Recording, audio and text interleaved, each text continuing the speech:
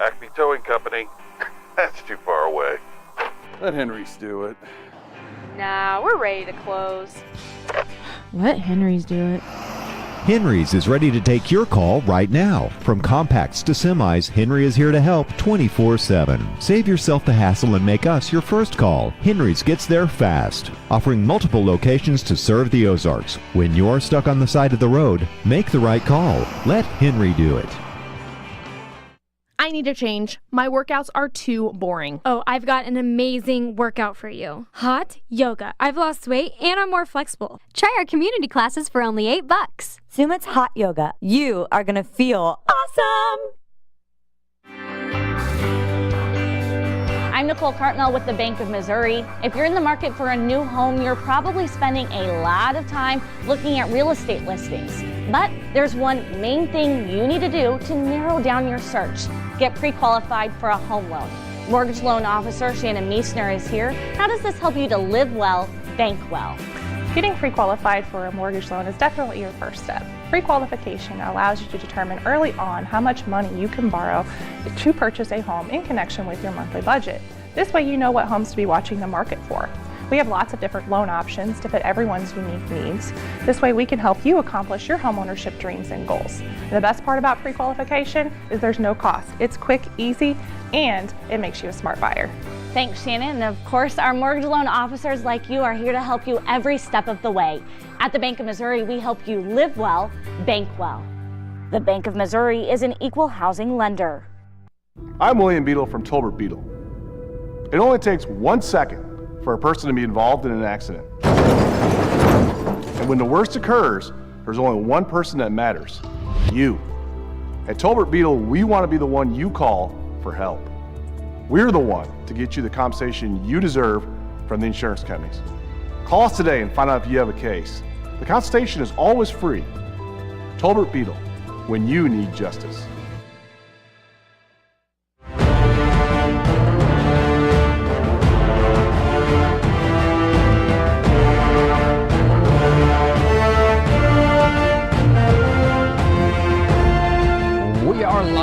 In Ozark, Missouri at Ozark Mountain Sports Complex, and it is baseball night in the Ozarks. This has all the makings of a barn burner. The Nixa Suckers, the Branson Showmen, both teams come into tonight's game 3 wins against a single defeat, and outright possession of first place in the Grip and Rip Baseball League South Division is on the line. Great pitching matchup coming your way. Ethan Paschke for the Suckers against 2023 Pitcher of the Year award winner Tyler Abma for the Branson Showmen.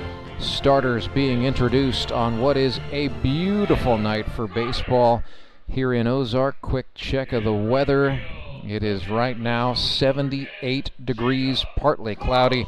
That's going to be the way we go throughout the evening. Wind right now out of the east-southeast at 11 miles per hour. That's expected to die down, so it'll be down at about half that speed, around 5 miles per hour by the time this one is done. So the wind's going to die down. Barometer holding steady at 30 inches of mercury and is rising slightly, so no shot whatsoever at precipitation. Right now 78, feels like 81. We're going to cool down about 10 degrees as the night goes on, so it's going to feel like it's about 70, but players are in short sleeves, no danger of having to get out the sweatshirts, the jackets, or any sort of cool weather gear tonight. This is going to be a beautiful day for a ball game, and a great game with playoff implications is on tap here, the 5th of 7 weeks in the Grip and Rip Baseball League's regular season. Hello once again, everybody. I'm Rance Berger with you live for this one. Thank you so much for tuning in to Grip and Rip Baseball. From your homes, from your vehicles, from your workplaces, wherever you are enjoying the game tonight, thank you so much for being here with us this evening. Leading off for the Nixa Suckers, they are the visitors on the scoreboard in their navy blue jerseys with gray pants. It'll be the shortstop from Florida, Puerto Rico, Dabisai Pizarro. Batting second is the center fielder from Bolivar, Missouri, Jared Brashler. Batting third, the player manager for the Nixa Suckers. He's got 8 hits through their first 4 games. That's catcher Courtney Spitz. Batting fourth is the third baseman. He wears number 2 from Kansas City, Missouri, Ben Wade. In the 5 spot is the second baseman wearing number 8, Alan Butterfield. Batting sixth is the left fielder, number 3, Brandon Winder. Batting seventh is the first baseman from Cabot, Arkansas, by way of Branson, Missouri, Hayden Gibson. In the 8th spot is the right fielder from Sleeper, Missouri, Seth Burns. And batting in the 9th spot and pitching today from Springfield, Missouri, Ethan Paschke. It is Ethan Paschke's first Grip and Rip Baseball League start. Nixa Suckers' big development here tonight. They are without the services of Logan Wiley. It's going to be up to the bullpen to patch it together instead. And quite frankly, this has been a bullpen that is very good. When you look at Ethan Paschke, Mason Davis, and Seth Burns, they have combined for 17 innings of work and have just conceded 2 earned runs across that body of work. So Logan Wiley not in the lineup. He is the Suckers' ace, but it's honestly not too much of a downgrade for the guys to have to piece it together. Now, the litmus test here is that we will see Paschke, Davis, and Burns likely stretched much further than they have been so far this season. So a good test for the pen, but I think it is a pen that can stand up to the test. Branson Showmen will lead off with their center fielder Skylar Carter. Batting second will be the right fielder, player manager Jacob Carlson, back with the team after missing action a week ago. Batting third and playing third base is Trey Turner. Batting fourth is the first baseman Tyler Rusk. In the 5 spot is the extra hitter Toby Yorks, whose bat has been hot. In the 6th position, playing shortstop, is number 5 Thomas McFarland. Batting 7th is the pitcher Tyler Abma. Hitting in the 8th spot is the second baseman Ben Hammett. The left fielder Justin Parker will bat 9th, and catcher Alex Bird will hit 10th. Showmen in their purple jerseys with gray caps and gray pants. Quite a few of them also sporting some high purple socks this evening. Let's tell you about their starting pitcher, Tyler Abma. He has been absolutely good as it gets. 19 innings of work in 2024. He has conceded just a single earned run on 14 hits, struck out a league-high 26, walking 5. It's a 0.47 ERA for Tyler Abma.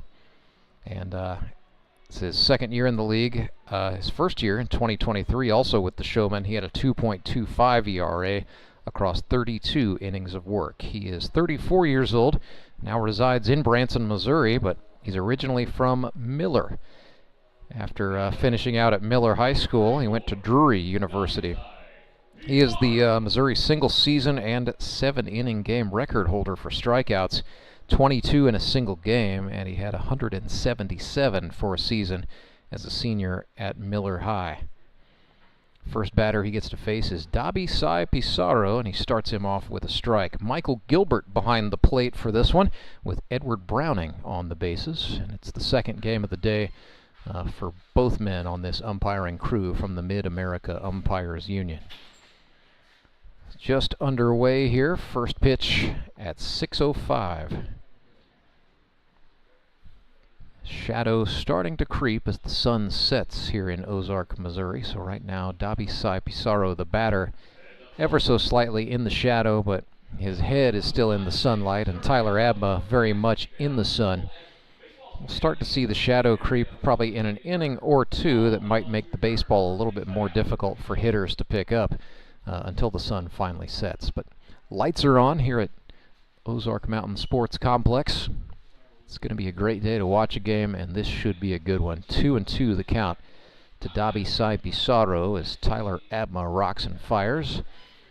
Pizarro took a fastball and blooped it into right field. Nice job taking what was given on a pitch on the outer half of the plate. And the young Puerto Rican grad student in occupational therapy sets the table just like that. A base hit for Dabi Sai. That is his 6th hit of the season in what is now 5 games.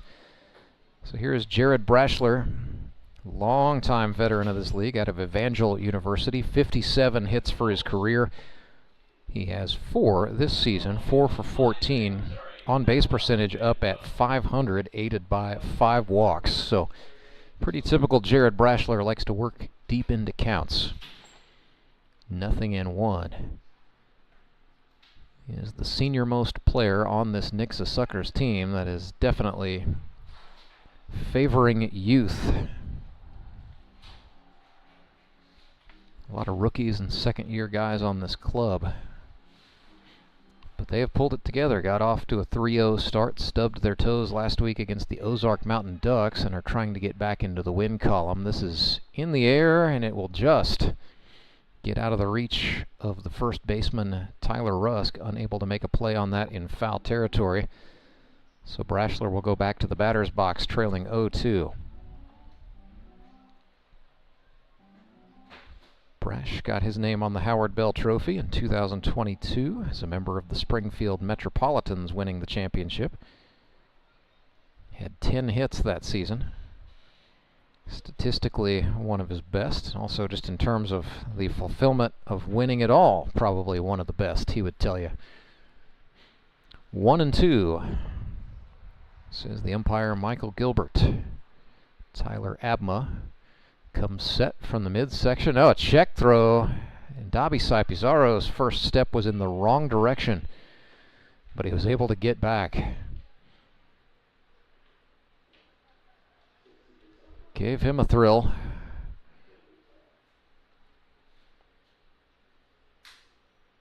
(0-2) pitch to Brashler, swung on, fouled off, late getting to it. Spoiled it foul. Wind blowing in tonight out of the east. We don't get a lot of wind out of the east here in Missouri. So wind blowing in from left field as our third base line goes east-west. It's ballpark oriented so that if you stand at home plate and look out toward dead center field, you are looking to the southeast. Those are 0-2 for Brashler, fourth pitch of the plate appearance. Coming here, Abma stoned him with a slider. Down on strikes goes Brashler. 27th K of the year for Tyler Abma. He had 49 of them as a rookie in 2023.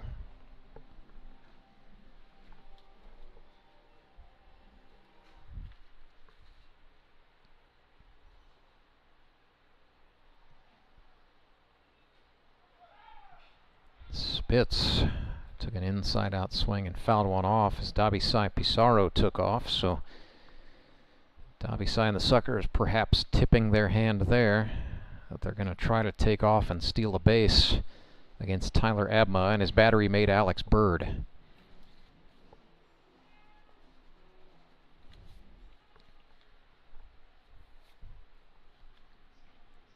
Nothing in one to Courtney Spitz. Fastball fouled off. Couple of old Drury Panthers going at it here. Spitz played at Neosho Community College in Chanute, Kansas, and then went to Drury for his last 2 years, where he hit .322 at the NCAA D2 level and had a .401 on base percentage. There's another check throw. So Tyler Abma becoming a little bit more aware of what Abma Pizarro is up to up over there. So Spitz 8 for 19 coming into tonight's game, as Alex Bird has to block one, and that will allow Pizarro to motor up into scoring position.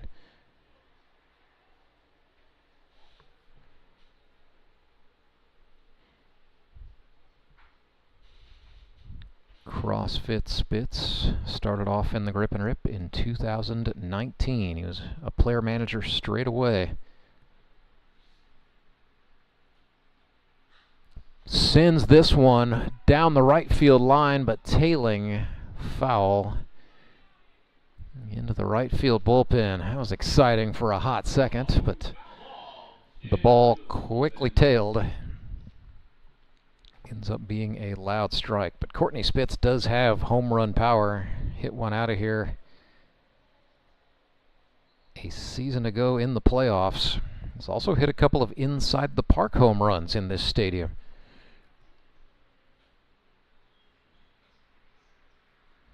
Down 1-2. Showman playing him to pull, and said he pops one. This is foul. It's going to get up and out of play, and so the appearance continues.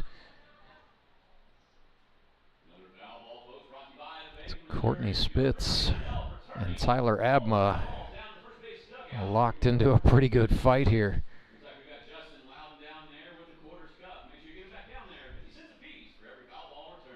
Another 1-2. Abma looks back at Pizarro, now comes home. Oh, that was running up and in, and Spitz protected himself, ended up dinking a foul ball back to the wall.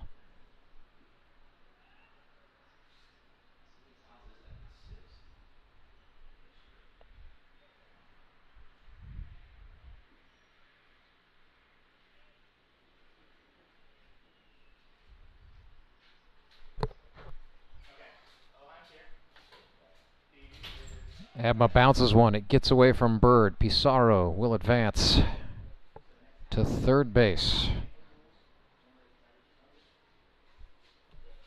One out. Opportunity. Knocking for the Nixa Suckers early here in the top of the first. 2-2 to Spitz.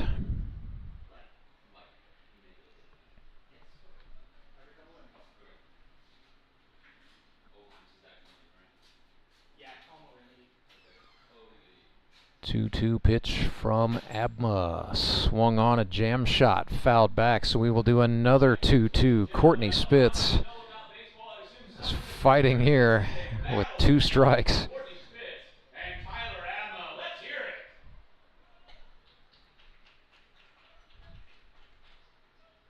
Tyler Abma beginning to wonder what he has to do to put him away. Ran one in and the count is full. 3-2.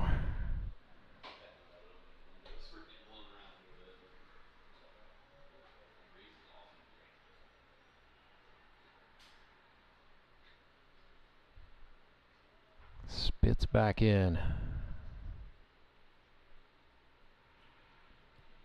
Payoff pitch in the air into left center field. Back goes Parker. He won't get there. It's going to hop. Extra bases for Spitz. Pizarro scores no problem. It's 1-0 Suckers. Spitz lost the helmet. Goes in standing up. It's an RBI triple. And Courtney Spitz makes it 1-0. Continuing to hit well. 1-0. The 45th hit of Courtney Spitz's career is a good one on baseball night in the Ozarks. A triple. And he is on for Ben Wade, who is perhaps swinging a very hot bat, one of the hottest bats in the league over the last couple of weeks. Got off to a little bit of a slow start, but swinging well as of late. He is 4 for 12 on the season. Stole 4 bases in a single game against the Metropolitans on August 18th, so a threat to go if he can get on. Down 0-1 here. Lifts this one into right. Burns over to get it on the one hop. But Spitz will come home and score. It is 2-0 for the Suckers. An RBI for Ben Wade. And that has been Nixa's MO all season long. Get him on, get him over. Stacking up the hits here. They've got 3 off of Tyler Abma, who up to now has been in the conversation for the Pitcher of the Year award. Probably still is, to be fair, as Wade takes off to steal, and then Bird sends it into center field. Wade up. He's going to try for third. And there will be no play. So Ben Wade with a stolen base, and then he capitalizes on an error. Faster than I could say Alan Butterfield. Wade is at third. Still 1 out. And Alan Butterfield has been playing some great ball for the Nixa Suckers. Period, point blank. 4 for 12 is the rookie out of Francis Howell Central High School. Now lives in Springfield, works at Patio.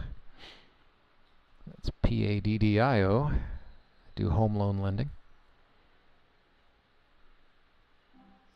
But Butterfield has played a little bit of everything on the infield. We've seen him play second base, shortstop, third base. He can play some outfield as well.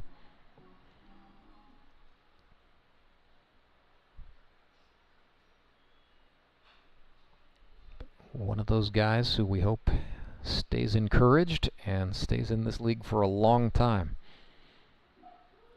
Future's so bright he's got to wear shades is what I'm saying. Speaking of shades, that's creeping on to the infield now. Butterfield completely in the shadow. Abma just on its edge as the sun sets in the west. 1-1 pitch, golfed up the middle, knocked down by the shortstop McFarland, who guns it over to Rusk to get the out, but that does allow Wade to come home. It is now 3-0 Suckers.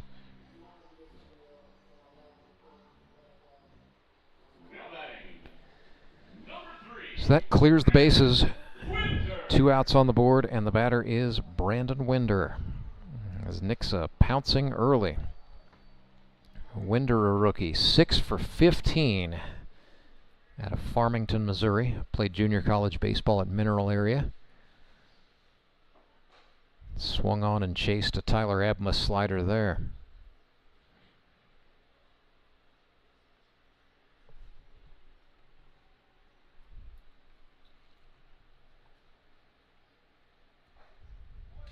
Back he came with the fastball, and that caught the outer half for a strike. That outside corner is going to be there tonight. Batters have to be ready for it. Pitchers need to be able to exploit it. He went outside again. This is grounded right side. Tyler Rusk has it. Calls off the help and makes the unassisted put out himself. So the Suckers strike well early, scoring 3 runs in the top of the first. But we are just getting started here on baseball night in the Ozarks. And if you've never watched a GRBL game before, well, let me just tell you, a 3-run lead, probably not safe, because the big one can strike at any time. Still a lot of ball left to go. For the moment, it's Suckers 3, Showmen nothing. Back with the bottom of the first in a moment. When Gary and Sandra Henry started Henry's Towing nearly 5 decades ago, customers knew that Henry would be the guy coming to help. People would call and ask to let Henry do it. And as Springfield has grown, our family has grown as well, so there's always someone around to come help you out. Everyone at Henry's is a member of the family, fully trained and as dependable as the original. With a family this size, help is always right around the corner. So if you find yourself in need of roadside assistance, remember to call the name you've grown to know and trust. Remember to let Henry do it!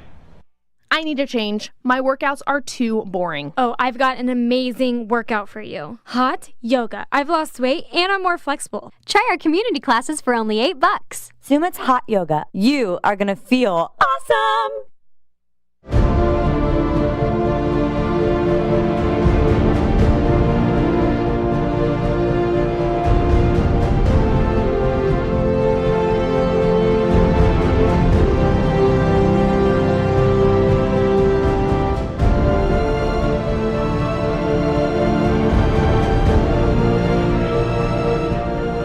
Right-hander Ethan Paschke makes the first start of his Grip and Rip Baseball League career.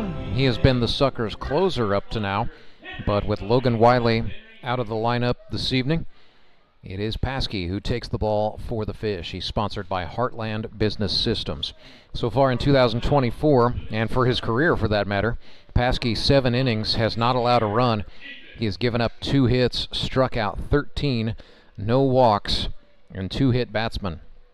Last time out, he faced the Ozark Mountain Ducks, pitched 2 innings, didn't get scored on, gave up 2 hits, struck out 4, and plunked a guy.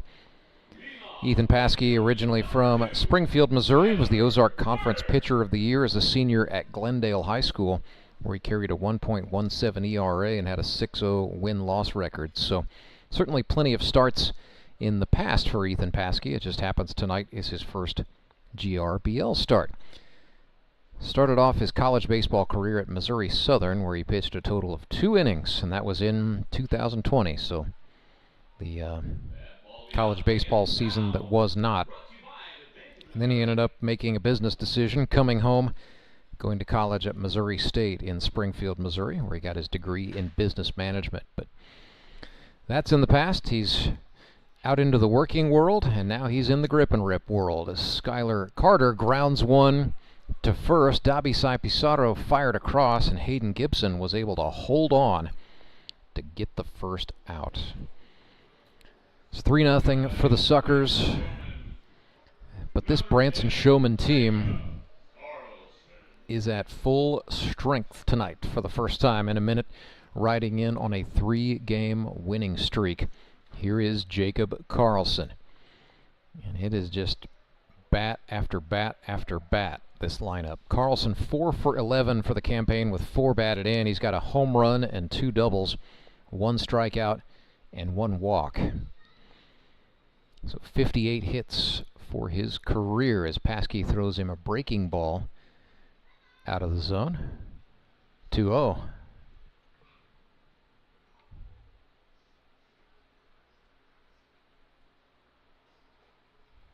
Fires in a fastball that's outside, so I think some of this is Paschke being careful. The problem is, with the way the Showmen stack this batting order, you're going to have to pitch strikes to somebody. 3-0 is outside. Looked like he overthrew the fastball for the walk. So maybe a little bit of first start jitters for Ethan Paschke as he issues the free pass to Jacob Carlson. And the batter is Trey Turner out of Neosho, Missouri. Went to Crowder College, then Missouri State University, then selected by the Washington Nationals in the 10th round of the 2017 draft. 76 1/3 innings pitched in the minors as they took the bat out of his hand. It's a big reason why he wanted to come out to the GRBL, is to do what he's doing right now. He wanted to bat again. And bat he has, 8 for 19. Leads the league with 10 runs batted in, a home run, 2 doubles, and 5 singles to his credit. Turner has struck out twice, so he's putting the ball into play and no doubt is hitting well.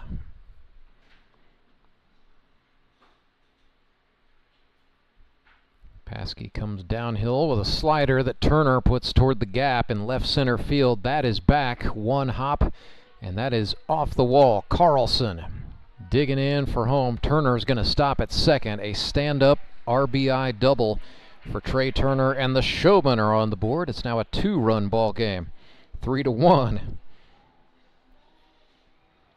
Suckers have the lead as Tyler Rusk comes to the dish. Second-year player out of Cole Camp. Went to Central Methodist University. Actually went to Crowder College first, then Central Methodist University. He's 3 for 18 for the season. Total of 15 hits across 1.5 seasons in the Grip and Rip. Now makes his home in Branson, Missouri.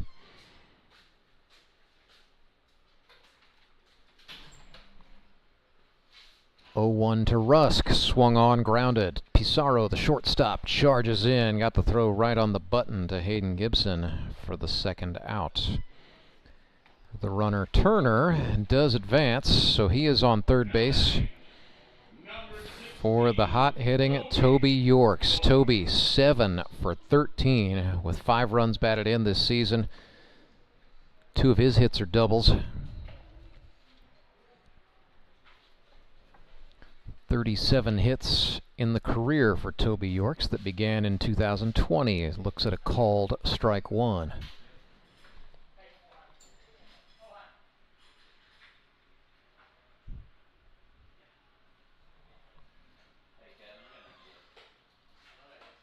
Paschke threw a fastball that Yorks got too late, fouled it off. It's going to trickle all the way down, all the foul territory, left field side, and get out into the bullpen where it makes its exit. 0-2 to Yorks. Paschke trying to get out of this inning and protect what is a 2-run lead for the Suckers. Fires home. Yes, he did. Ethan Paschke fooled Toby Yorks with the moving stuff there. Gets the strikeout. Showmen get a run, but the Suckers still have the lead. 3-1 is our score. Just getting started. We will head to inning number 2 in a moment. Acme Towing Company. That's too far away. Let Henry's do it. Nah, we're ready to close. Let Henry's do it. Henry's is ready to take your call right now. From compacts to semis, Henry is here to help 24/7. Save yourself the hassle and make us your first call. Henry's gets there fast, offering multiple locations to serve the Ozarks. When you're stuck on the side of the road, make the right call. Let Henry do it. I'm William Beadle of Tolbert Beadle. Why would you call anyone else after a car accident? Tolbert Beadle has been right here in Missouri for decades. We know the local courts, and we know how to fight. You don't pay us a penny unless we win money for you. And we're not satisfied until we secure the largest settlement possible. With millions of dollars recovered, you know who to call. Tolbert Beadle, when you need justice.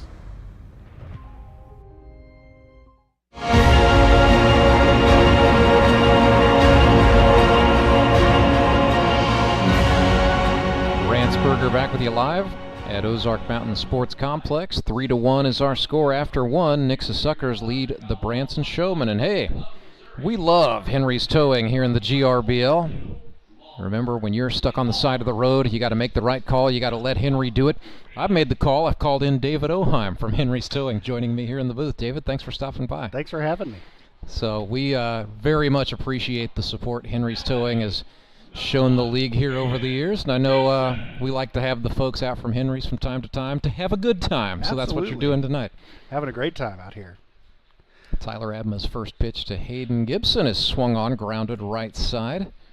That's going to be handled by Ben Hammett, flipped over to Tyler Rusk in time to get the out as I dropped my pencil, getting sloppy in here. So what do you do for Henry's Towing? I'm our business development manager. Okay, so you're not out driving the truck. Not anymore. So you have been a driver, though. I have, yes. I miss it very much.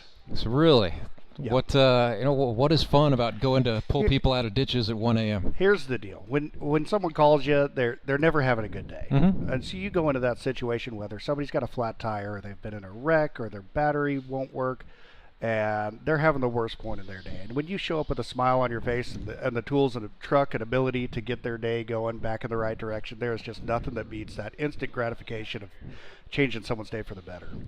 I like that. I like that a lot. Nothing in two. I'm sure you've got. How long were you a driver now? How many years? 4 years a driver before I came into this. So then it was kind of partial this and partial driving at that time until transferred into fully doing this. So I really enjoy it.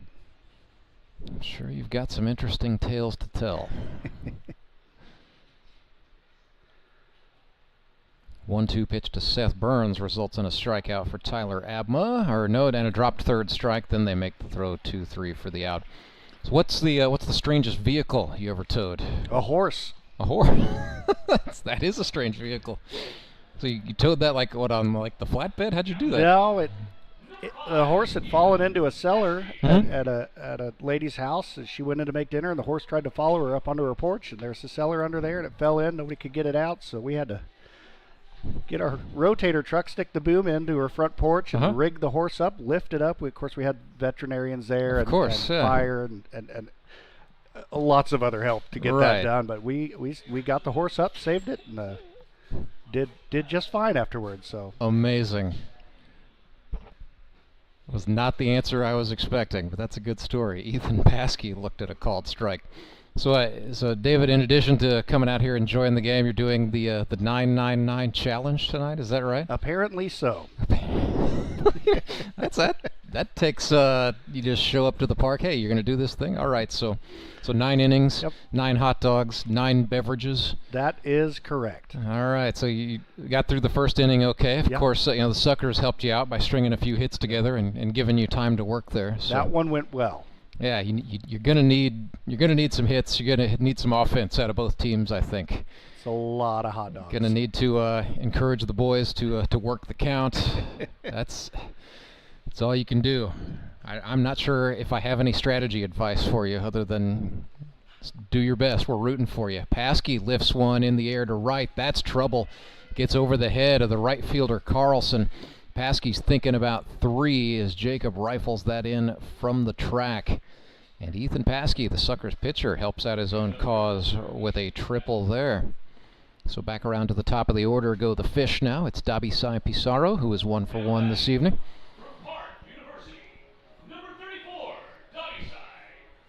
So How are the? How was you got a? Let's ask you now. While you're still feeling good. The first hot dog taste okay? Oh, it was wonderful. Oh yeah. My gosh.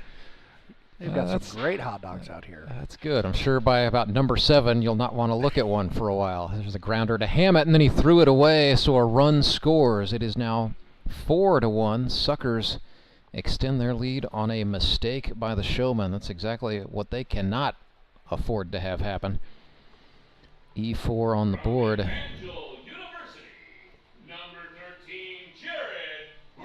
I'll tell you what, the Henry's crew picked a good game to come to. Both of these teams coming into this one 3-1, and this is for outright first place in the GRBL South. So you picked a good one. These are 2 communities you serve as well, right? Absolutely. Nixa and Branson. Yes.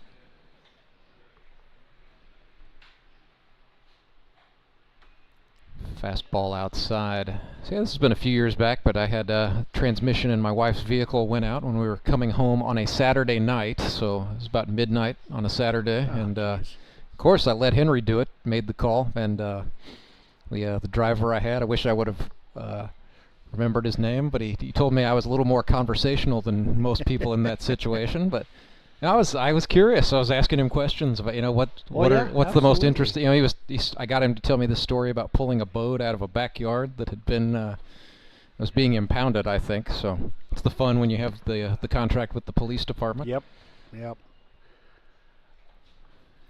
1-2 to Jared Brashler.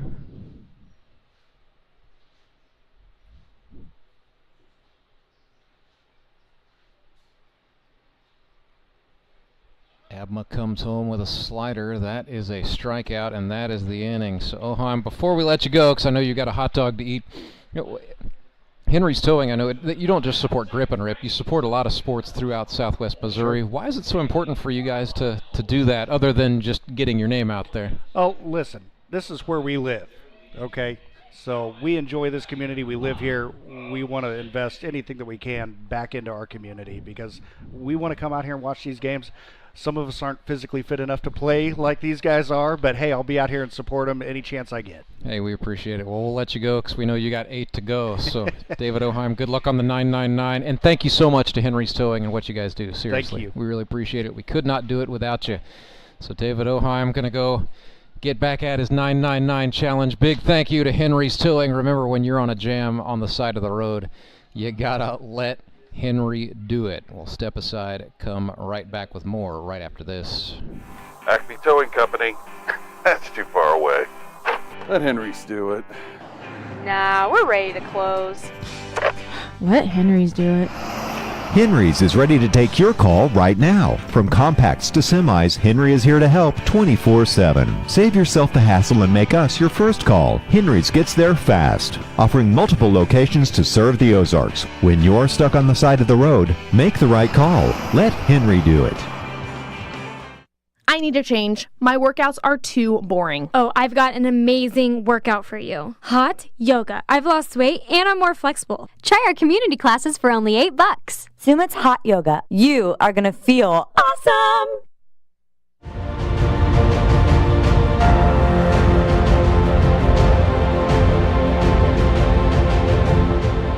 Thomas McFarland comes to scratch for the Showmen. It'll be McFarland, Abma, and Hammett. 6, 7, 8 hitters this inning. They trail 4-1. The Suckers have scored 3 in the first, 1 in the second.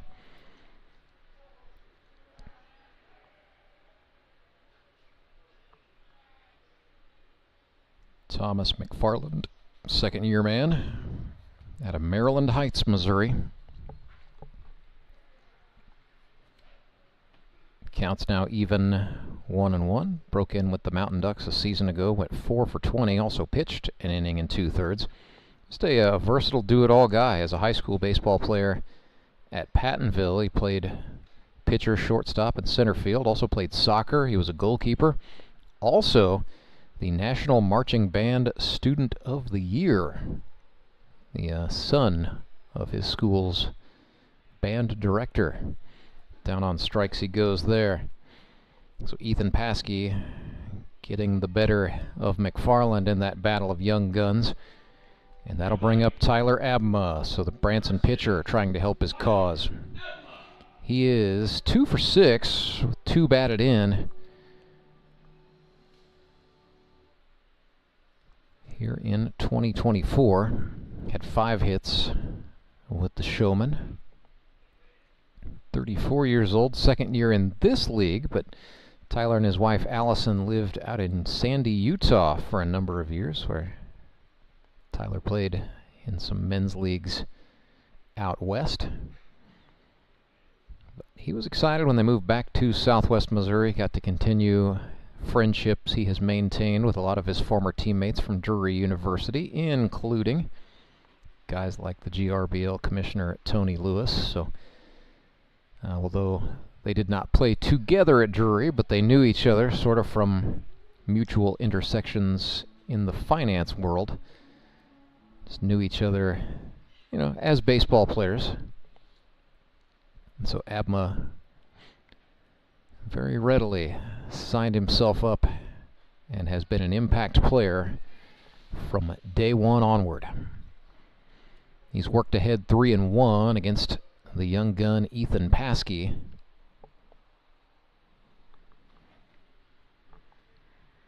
Trying to wrestle his way through this Showman lineup. Suckers having to piece it together tonight without Logan Wiley, but this is a capable staff. Here's a grounder to Pizarro. The shortstop for the Suckers has been busy tonight. That's his 3rd assist already in an inning and 2/3. And if you're Ethan Paschke, it's what you need to keep doing. Serve up ground ball after ground ball to your shortstop. Batter is Ben Hammett.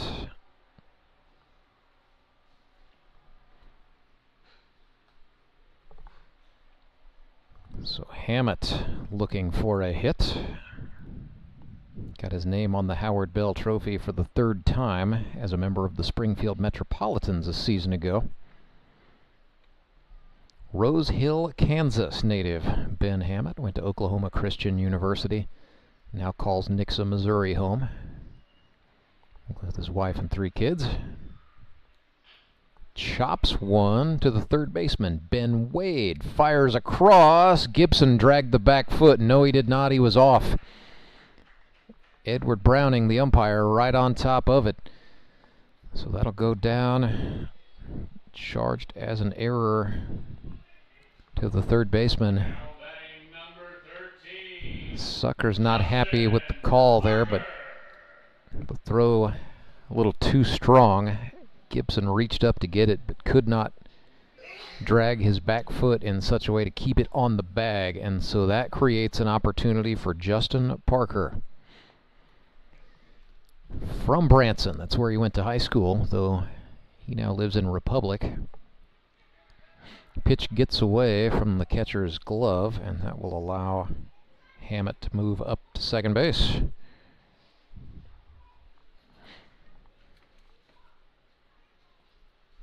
Yeah, Justin Parker, the sales manager at McCoy Auto Group. Sort of just east of downtown Springfield, off of Traffic Way, off of St. Louis Street, matter of fact.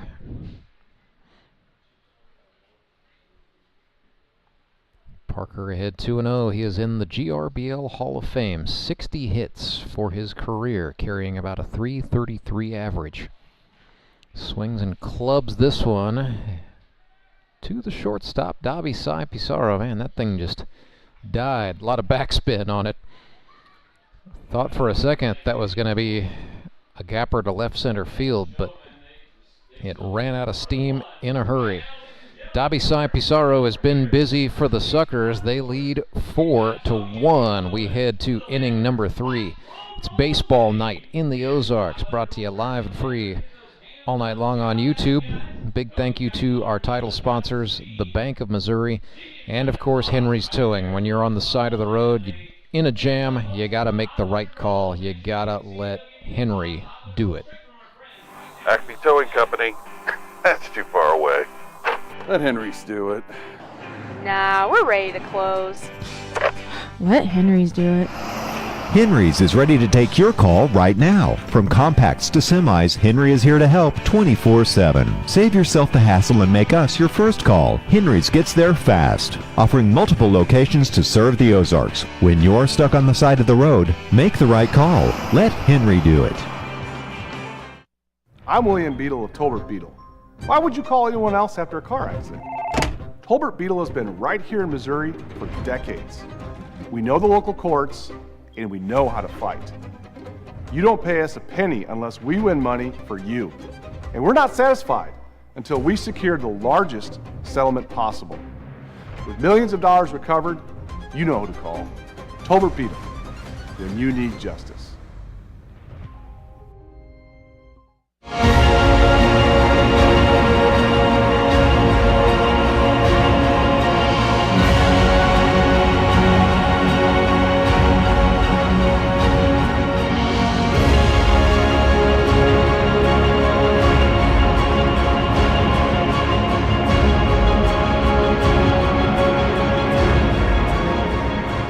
Suckers lead this thing 4-1. Coming up to bat here in the top of the third. It'll be Spitz, Wade, and Butterfield. Courtney Spitz 1 for 1 on the night with an RBI triple. So with 9 hits, he is the league's leader in that category. Make it 10. Courtney Spitz, gapper into left center field. Stays hot, trying to stretch the single into the double. I'm not sure about that move. He is out as Hammett applies the tag.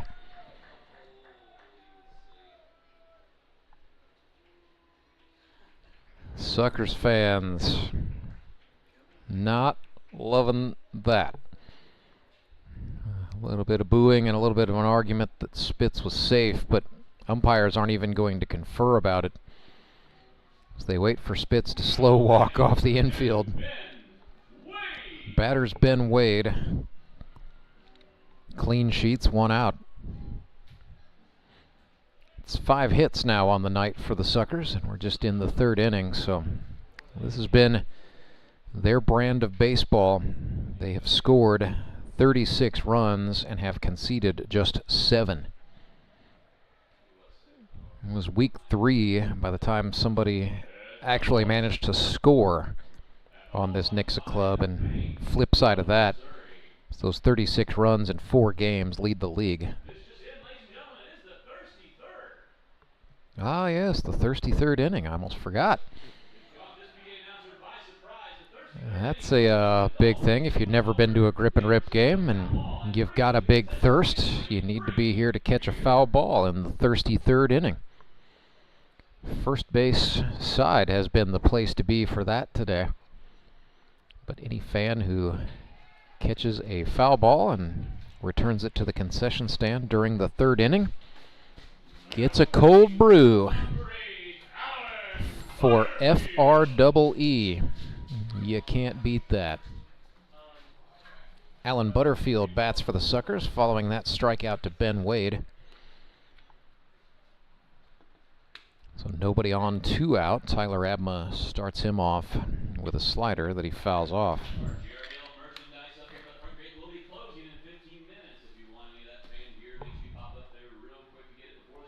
Butterfield back in.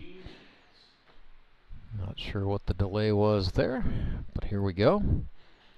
Fastball that is golfed way up in the air, just now starting its descent, but the second baseman, Hammett, who was an outfielder in a previous life, is able to track that one down and get it. So Courtney Spitz had a single, but it ends up being 3 up, 3 down for the Suckers. Still 4-1. Showmen come to bat in the bottom of the 3rd right after this. Support local, give local. We hear it all the time, and when it comes to blood donation, there's an easy way to make sure your gift is being used in your community. Donors with Community Blood Center of the Ozarks provide every drop of blood, platelets, and convalescent plasma to patients in over 40 area hospitals. How do I know why that's important? Because my youngest daughter, Joselina, is alive today thanks to local blood donors. Find out how you can help at cbco.org. Local donors, local patients. That's the Community Blood Center of the Ozarks difference. When Gary and Sandra Henry started Henry's Towing nearly 5 decades ago, customers knew that Henry would be the guy coming to help. People would call and ask to let Henry do it. And as Springfield has grown, our family has grown as well, so there's always someone around to come help you out. Everyone at Henry's is a member of the family, fully trained and as dependable as the original. With a family this size, help is always right around the corner. So if you find yourself in need of roadside assistance, remember to call the name you've grown to know and trust. Remember to let Henry do it!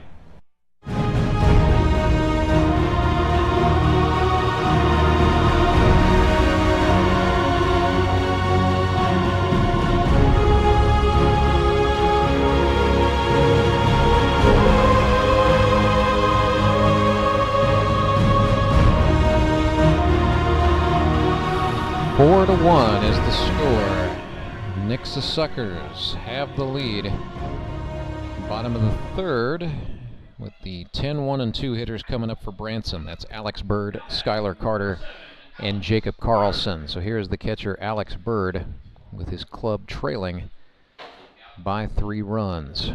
He'll get his first look at Nixa mound man Ethan Paschke. Starts him off high and tight with an off-speed pitch, ball 1. Bird, a percussionist out of Kickapoo High School in Springfield, Missouri, who went on to Mission University.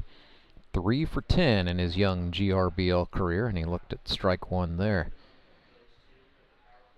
Counts even 1-1 to Alex Bird, who works as a team manager at a Sonic Drive-In. Checked it, doesn't matter. Strike on the outer half from Paschke, who's now ahead in the count, 1-2.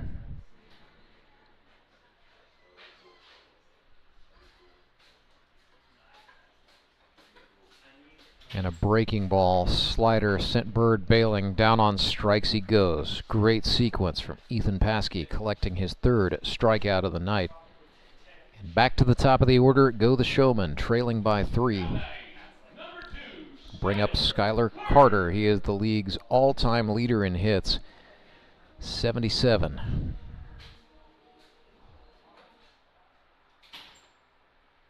Check that, 78. My mistake.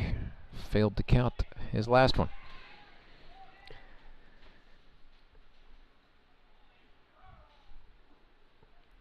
Carter from Ozark, Missouri. Started off at Panhandle State and then finished his career at Evangel University. He was the league's first MVP award winner in 2016. Since won a Gold Glove and has been inducted into the Grip and Rip Hall of Fame. Sprays one, left side into left field it goes.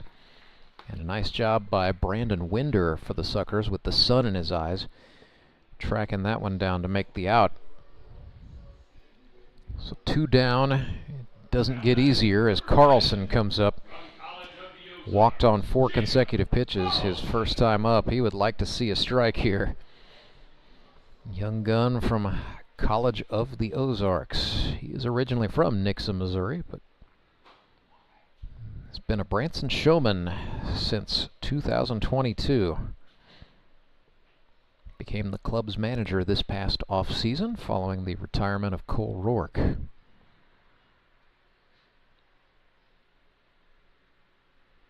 Heck of an athlete, Jacob Carlson was a football quarterback in addition to being a standout baseball player at Nixa High School. Having a little trouble tracking that Ethan Paschke slider as Paschke has worked ahead 1-2.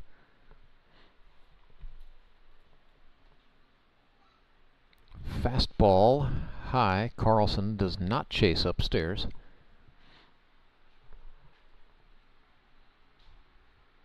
Counts back even 2-2.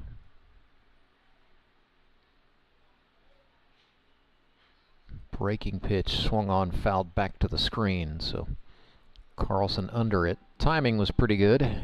Bat path, not. Showman with 1 run on 1 hit, and they've taken advantage of a Nixa error. Carlson lifts this one in the air to right, tailing, foul out of play.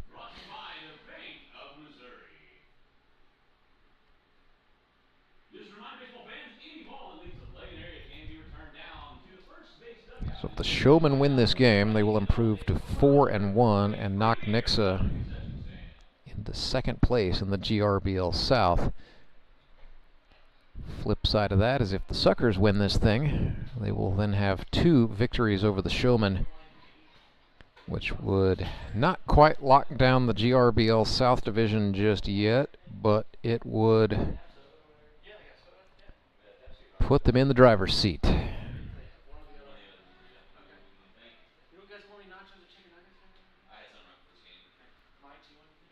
Full count to Jacob Carlson. 3 balls, 2 strikes, 2 outs.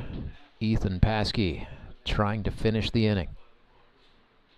Comes home and he ran it inside and walked him. Second time tonight for Jacob Carlson to get the free pass. And he is on for the very dangerous Trey Turner, who smacked an RBI double his first time up. So Turner, 9 for 20. Now second in the league in hits, but he is the league leader in RBIs with 11 in 5 games. That is unrivaled production. I remember a year where it was 2021, matter of fact, Tyler Jones led the league in RBIs with 11 in the season.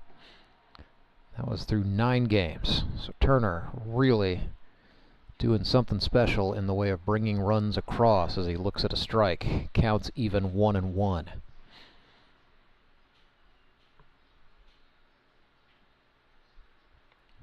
Paschke can't be too timid. Goes at him with the fastball. Turner swung over the top. Throw down to second as Carlson steals, and immediately taking advantage of the miscue, he will go round to third. So a stolen base and then an E2 advances Jacob Carlson just 90 feet away.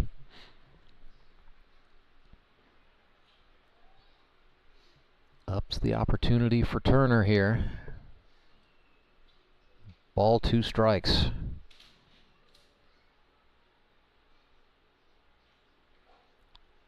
Fastball outside, no. It's now deuces wild. 2 balls, 2 strikes, 2 away. Bottom of the third, 3-run ball game. Ethan Paschke comes set from the chest, winds and fires. Slider, Turner very late with the swing. Just spoiled it foul. It's a great idea from Ethan Paschke and Courtney Spitz, the Suckers battery. Paschke's got such a quick arm delivery. It's just really on top of the hitters in a hurry.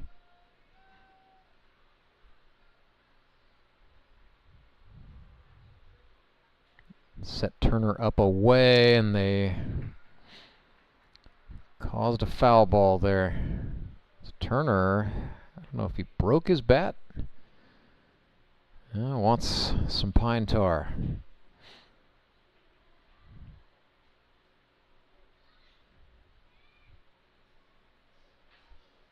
A little more grip on the bat. Back in he will go, also making Paschke think a little longer and harder about this next 2-strike pitch. So we'll do another payoff. Turner again, very late getting to it, but fast hands spoiling that pitch. This is the difference between a good hitter and a great hitter. You know, Turner didn't want to try to barrel that thing, but knew he could foul it off and then perhaps get something to hit here as he extends the at-bat. That was up and out of the zone, and the count is now full. Trey Turner and Ethan Paschke continuing to battle, but Turner continuing to work. The longer this goes, the more it favors him. 3-2 payoff pitch, swung on right into the glove of the third baseman, Ben Wade. Had to sneak that up off of his shoestrings, but he did well to hang on to that baseball, it has to be said. So Turner is retired. We will head to the fourth with the Nixa Suckers leading this thing 4-1. I'm Nicole Cartmel with the Bank of Missouri. Whether you're looking to pay bills or make a big purchase, sometimes you need cash quickly to take that next step. A consumer loan might be a perfect option to help you live well, bank well. Sardi McClendon, one of our branch managers, is here to explain. Thank you, Nicole. We provide personal consumer loans for almost any purpose, from building your credit to financing that new car. We offer competitive rates, and decisions are made locally so we can get you the money that you need quickly. But what makes our consumer loans unique is that personal touch. For example, I recently worked with a customer to secure a loan for a horse trailer. He could have went elsewhere, but he chose to work with his bank because of that personal relationship that we've built with him. Being able to work with your personal banker that you know and trust makes a big difference. That's right, because we work with our customers to help them live well, bank well. Get started at bankofmissouri.com.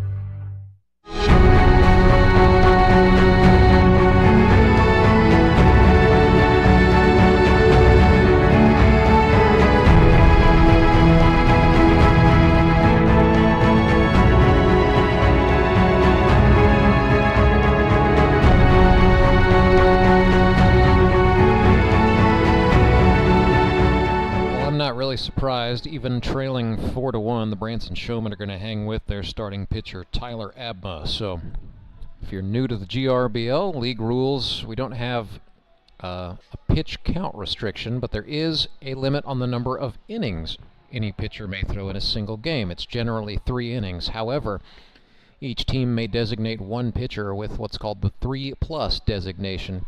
That pitcher may throw a maximum of 5 innings. So what that forces is teams have to make a minimum of 2 Henry's towing pitching changes per game.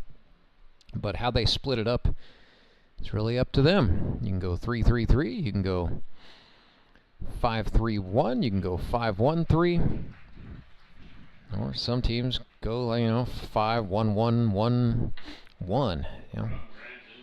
But if you've got a hoss like Tyler Abma, you can send him out there for a maximum of 5 innings per game. That's what Branson is opting to do here. Brandon Winder grounded out for the first out.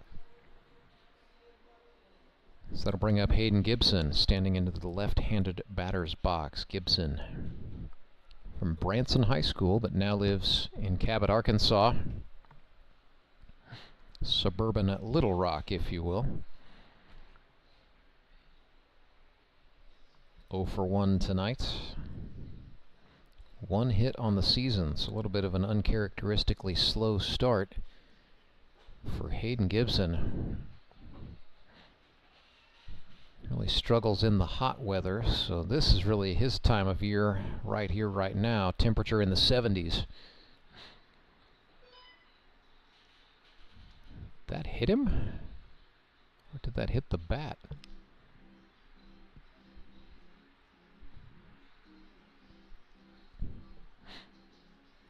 Doesn't matter, 2-1.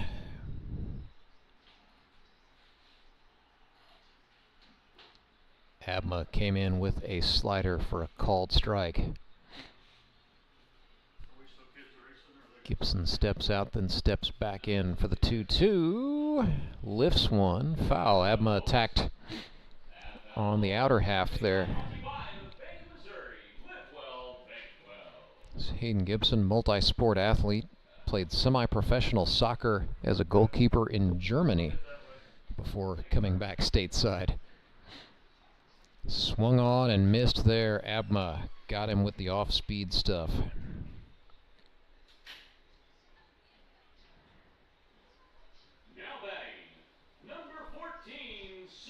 Fifth strikeout of the night for Tyler Abma, and it brings up Seth Burns. Well, Abma and Burns, teammates with the Branson Showmen a season ago. There's a hot shot liner, but right at the second baseman, Ben Hammett. So it ends up being a 3-up, 3-down inning for Tyler Abma and the Branson Showmen. We're in the middle of the fourth. Branson will come to bat when we come back. You are watching Grip and Rip Baseball live and free all evening long on YouTube, where it is baseball night in the Ozarks. I'm William Beadle from Tolbert Beadle. It only takes 1 second for a person to be involved in an accident. And when the worst occurs, there's only one person that matters, you. At Tolbert Beetle, we want to be the one you call for help. We're the one to get you the compensation you deserve from the insurance companies. Call us today and find out if you have a case. The consultation is always free. Tolbert Beetle, when you need justice. Do you ever wake up and feel like you're already out of energy? I haven't felt that way since I started doing yoga. You do yoga? Every morning. Best change I've ever made. Try our community classes for only $8. Sumit's hot yoga. You are going to feel awesome.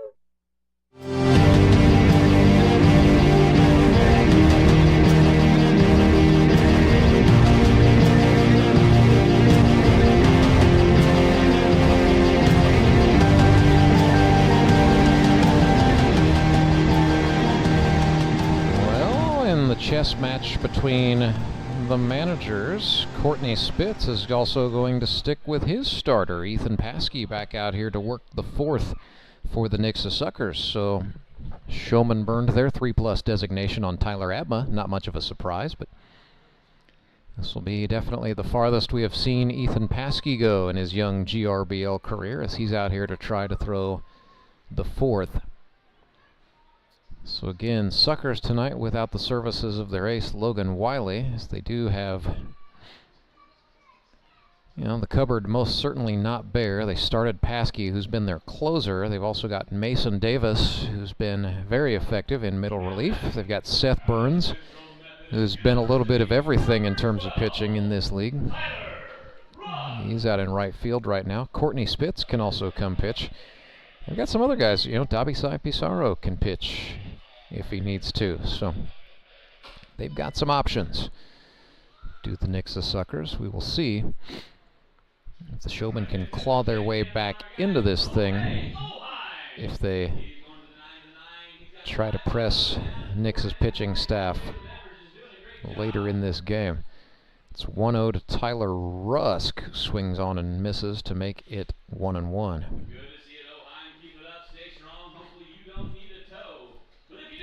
75 degrees right now in Ozark, Missouri. And one of those days where as the sun has gone down, the feels-like temperature matches the actual air temperature. So 69% humidity. Barometer holding steady at 30, so can't beat it. 1-2 pitch to Tyler Rusk, swung on grounded left side. The third baseman, Ben Wade, has it for the fish. He bounced it. It did not stay in the glove of the first baseman, Gibson. And so Tyler Rusk is safe. Wade bounced the throw. And that's going to be scored as an error.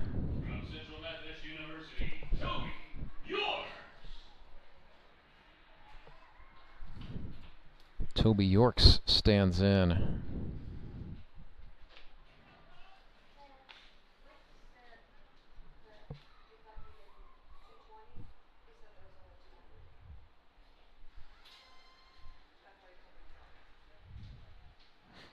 Paschke taking a long time with a runner on to throw one, but it is grounded to the shortstop. Pizarro to Butterfield for one. Throw across to Gibson in time. 6-4-3 double play. Not an inning ender, that's just 2 outs. But it does clean the sheets. Nobody on for Thomas McFarland.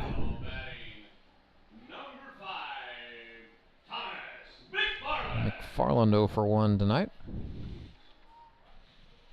He is the Branson shortstop.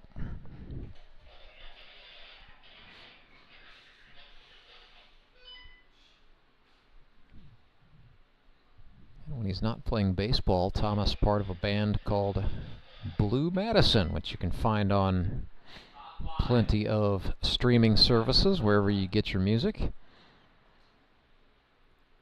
Play a lot of shows both in the Springfield Metro and in the St. Louis Metro, where Thomas is from. Down on strikes he goes there. So no harm done on the error. Another bagel on the board for pitcher Ethan Paschke and the Suckers as he collects his 4th strikeout. We will head to the 5th It is Grip and Rip Baseball's Baseball Night in the Ozarks, and it's brought to you live and free all day long right here on YouTube. Thanks in part to our friends at the Bank of Missouri. Live well, bank well. I'm Nicole Cartmel with the Bank of Missouri. The risk of losing your hard-earned money to scams is real, especially the scammers sending out fake communications. And that's why we're talking to our Director of Fraud Mitigation, Corey Gerstenschlager. He's got some good practices to help keep your money safe. Thank you, Nicole. Yes, often we're seeing that people are being contacted by scammers through text message, phone calls, or emails, posing as legitimate companies or even your bank, trying to persuade you into providing sensitive information like passwords and things of that nature, sometimes even asking you to send them money. If you receive any kind of communication like this and you didn't ask for it, that's a good red flag that it isn't legitimate. So when you have those situations, get an actual number that you trust for that company, call them and verify the accuracy of the information that you're receiving.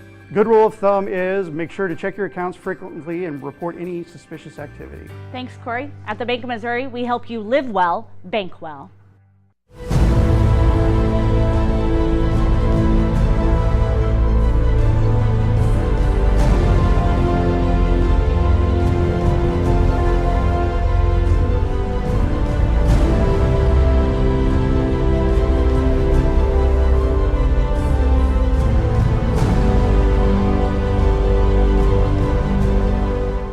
Abma out for what will be a fifth and final inning of work per the league's inning restriction.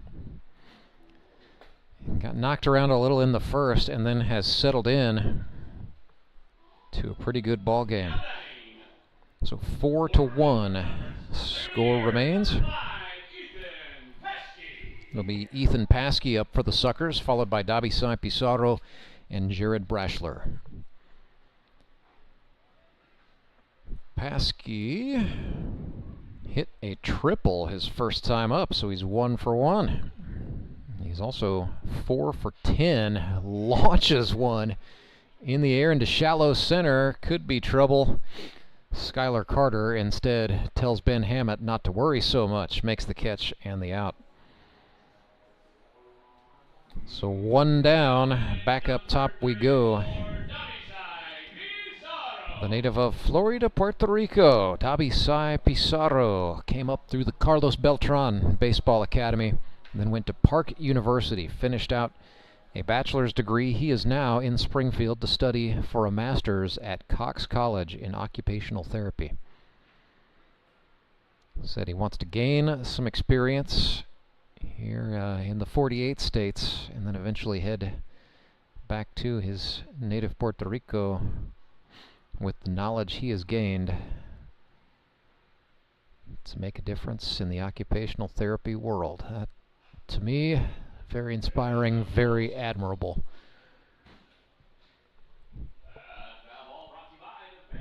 Dobby 1 for 2 tonight, so he is now 5 for 14 for the campaign.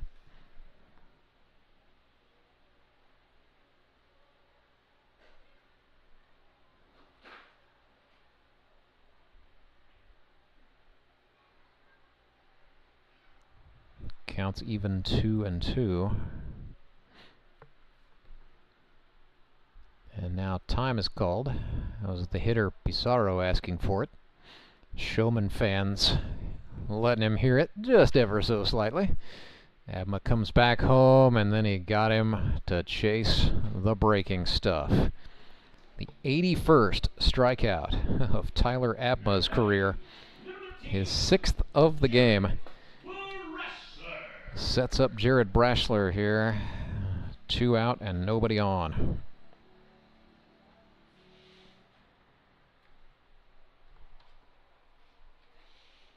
Brash 0 for 2 on the night. Historically speaking, Tyler Abma has really had his number.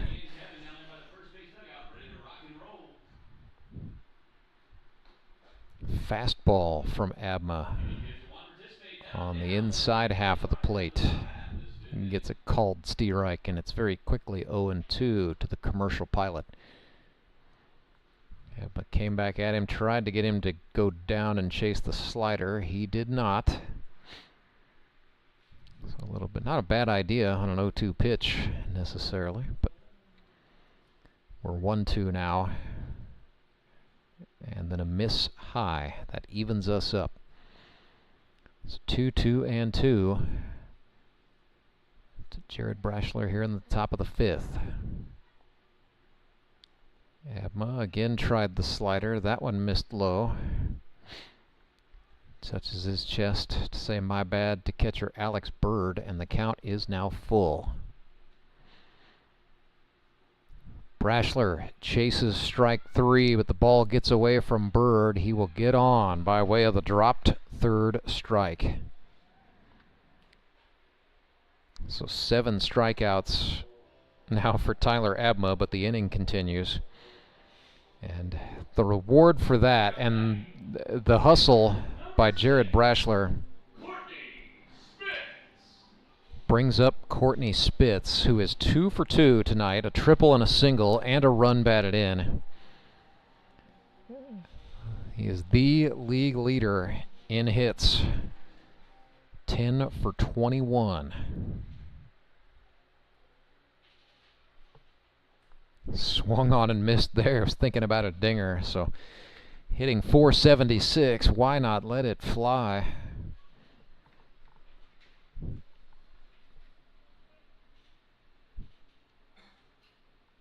But Abma knew that too.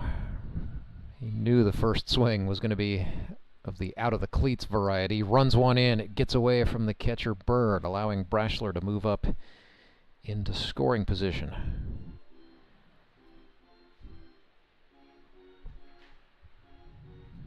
Now Alex Bird, I'm going to go briefly chat with Tyler Abma.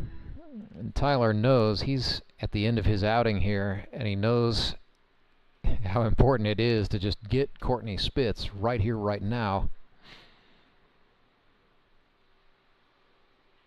Showmen trying to keep the deficit at 3 and try to get something going in the bottom of this inning.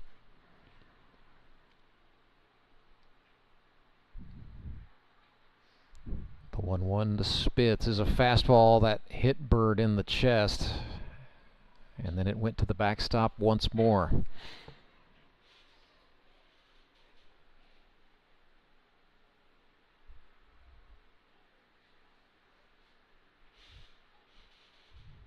Looked like Abma put a little something extra on the fastball there, might have thrown it down. So we are 2-1, make it 3-1 as he misses high. You know, walking Courtney Spitz might not be the worst thing in the world for the Showman, but for the fact that the very dangerous Ben Wade is in the on-deck circle. There is a strike framed on the outer half, and the count is full.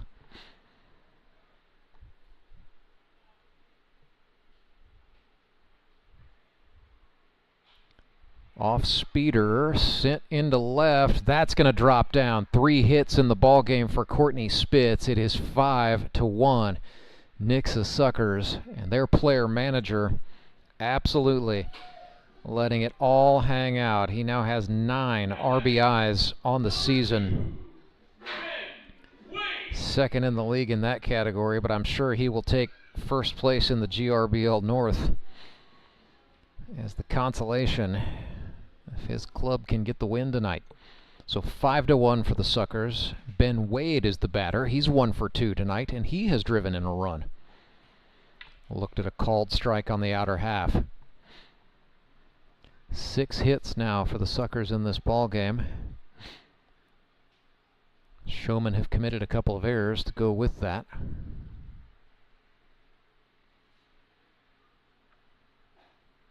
Fastball is a called strike, and it's very quickly 0-2.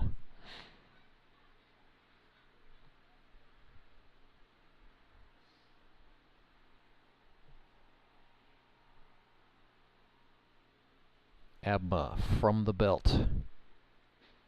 Wade slaps this one, and it'll go foul where the first baseman Tyler Rusk touches up.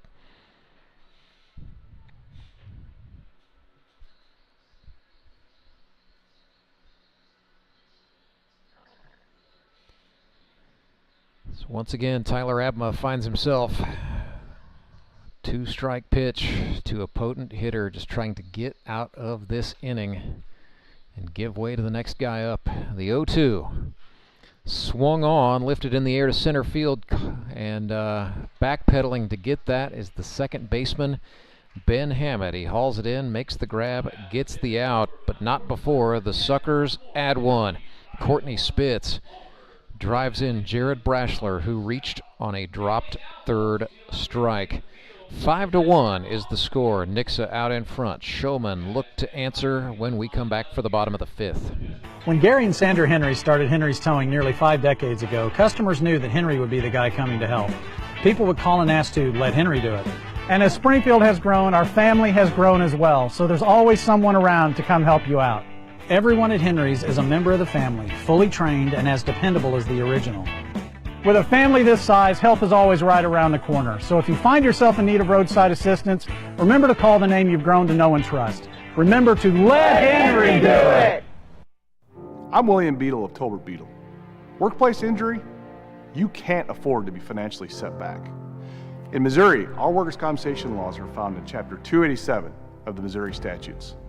You need an attorney who knows these laws and has worked with them over the past 25 years to help injured workers. The call is free. The results are exceptional. We've won millions of dollars for our clients over the years. Tolbert Beadle, when you need justice.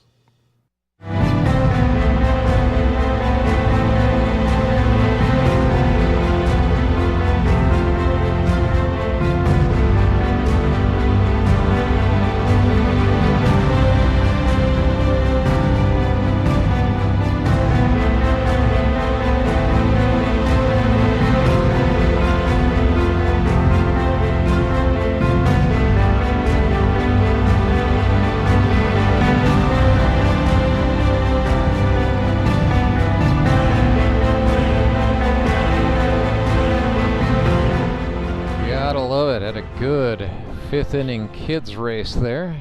Young Nixa Suckers fan got it done and got the win, and very close among the top 3 finishers there. And then you gotta love it also when the GRBL kids race in the end turns into an adults carrying the kids race.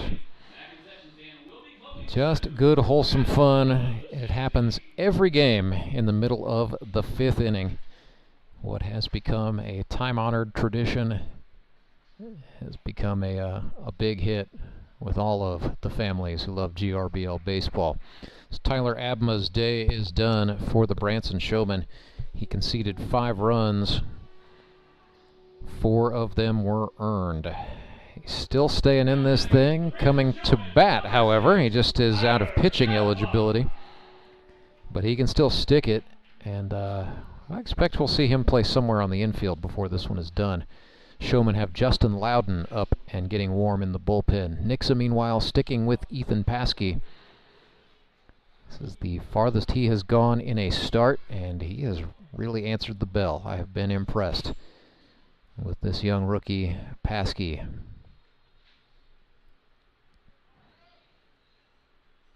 Facing perhaps the most on-fire lineup in the league coming into this. That hit Tyler Abma, then it hit the catcher Courtney Spitz. So 2 guys got doinked on the same pitch there, and they're both feeling it. Tyler Abma wore one on the shoulder. He is on. Spitz going to very quickly chat with Paschke and say, hey, I know we've not asked you to do this before, to go this far. You're our guy. Do what got you here. Serve up a few grounders. So Abma is on for Hammett, who reached on an error his first time up. Ben and his wife Julie just started a D-Bat franchise. It's a hitting and training facility for baseball and softball. So D-Bat Nixa is their business. That's become a popular place for a lot of GRBLers. As Hammett launches one, but that is foul, out of play. Ends up being a loud strike.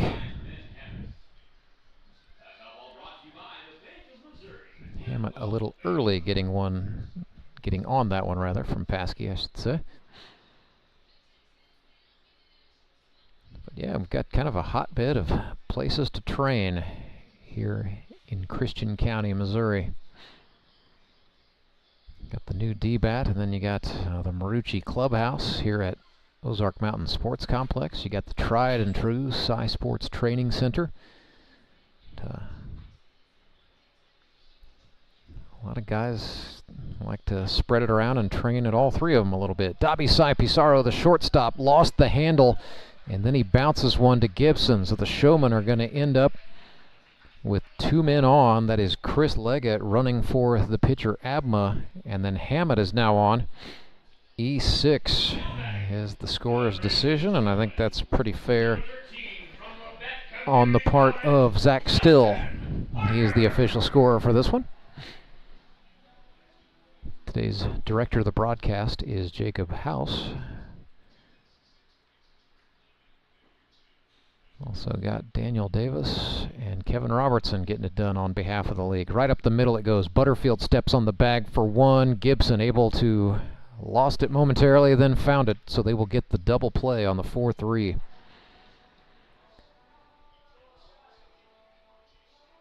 Makes the situation a lot more manageable with Alex Bird, the catcher, coming up here with two away. Runner on third is Leggett. Showman trailing by 4. But that is a big job on the part of the second baseman, Alan Butterfield. That pitch thrown for a strike.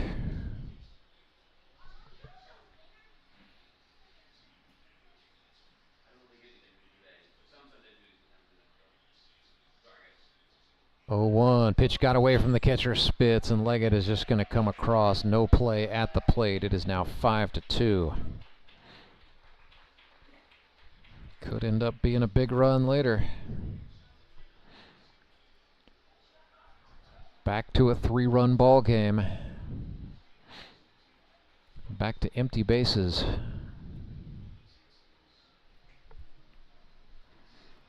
Skylar Carter in that on-deck circle, just trying to implore Alex Bird to get on and extend the inning here. Sends this one right side. Butterfield up with it for the Suckers. His throw in time to get the out. So big inning defensively for Alan Butterfield, but the Branson Showmen get a run back. Ethan Paschke's day is done. He has conceded 1 earned run across 5 innings of work in his first start. He did a great job, and now he will have to hand it off. It's bullpen time for both teams, and we'll tell you all about it right after this. Remanufacturing isn't just a process, it's a legacy. From the seasoned hands of our experts to the eager spirit of the new generation, we bridge the gap by bringing together knowledge and innovation. We are one team with diverse experiences. We are moving toward one goal to ensure our future thrives. We are on one mission to pass down wisdom and embrace the new, ensuring the earth flourishes for generations to come. We are CNH Reman.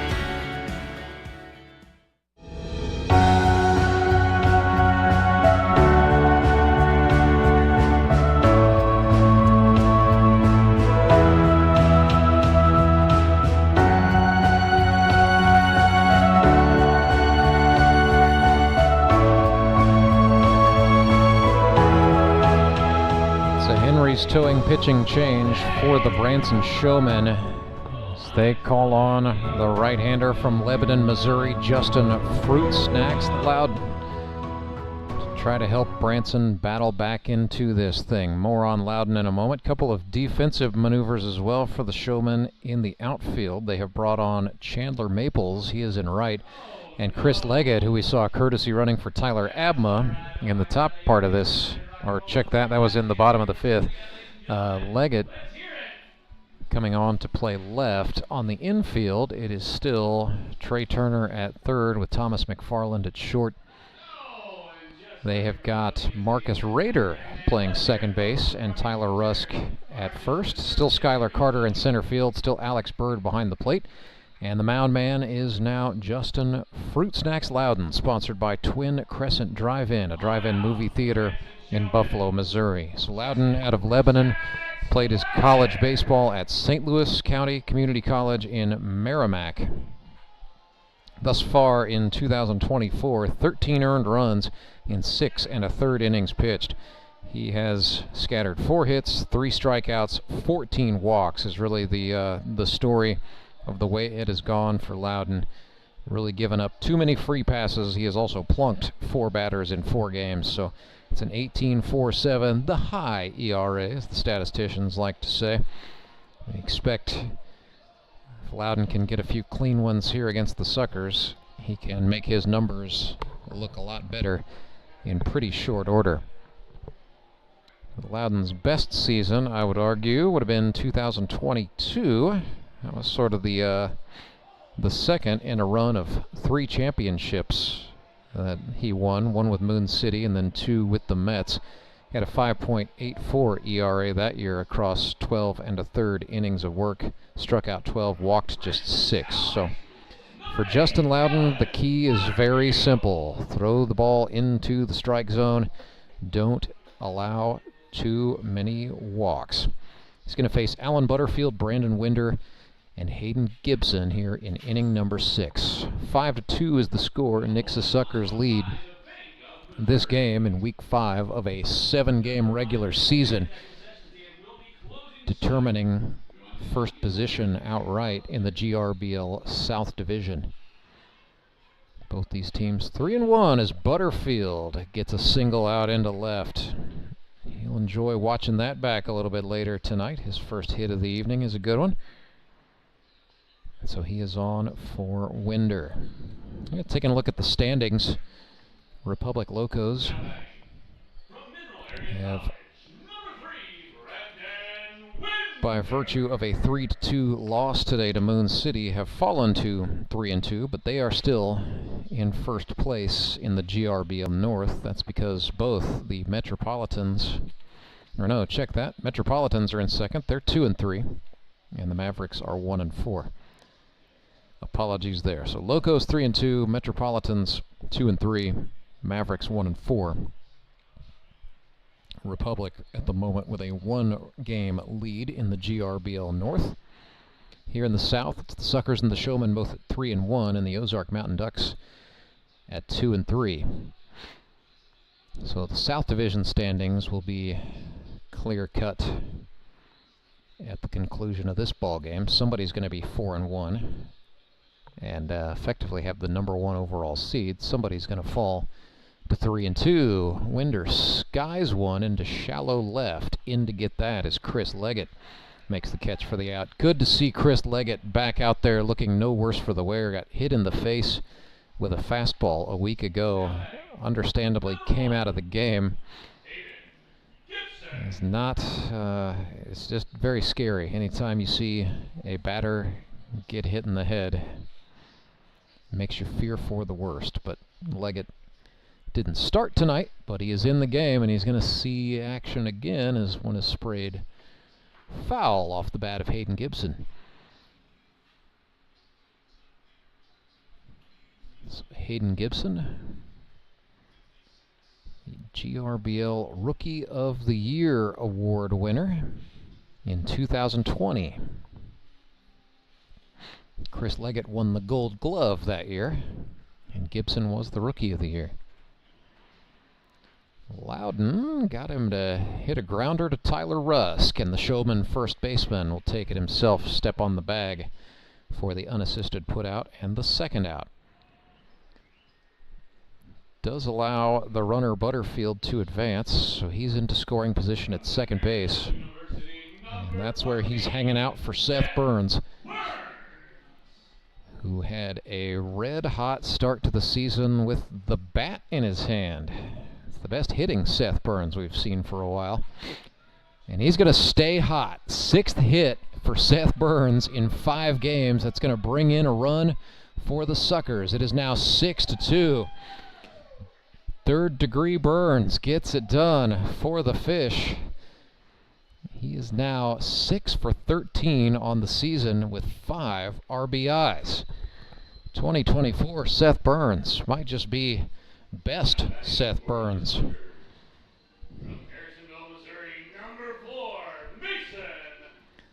So 6-2, Suckers' advantage goes back to 4 runs, and this is Mason Davis hitting in the stead of Ethan Paschke, so perhaps a little bit of foreshadowing for what's to come. In the bottom part of this inning, we expect we're going to see Davis come on and pitch in relief. So Davis from Hannibal LaGrange, originally from Harrisonville, where he finished out at Harrisonville High School in 2018. Wild pitch allows Burns to move up to second. So Mason Davis, sponsored by DSG Hot Seat Pressure Washing Equipment.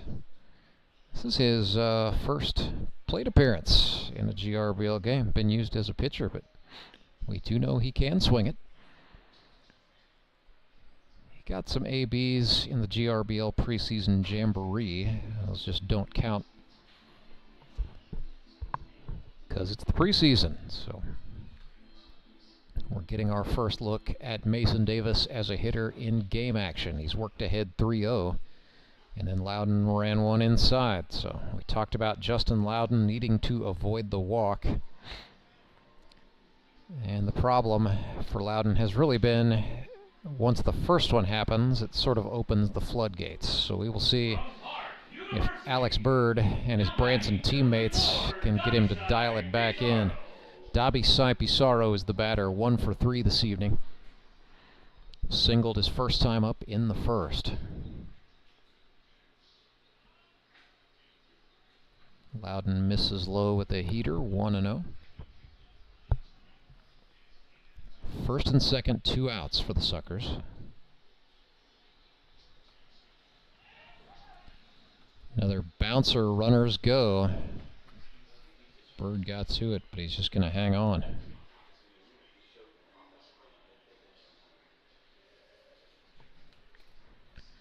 So first base is open.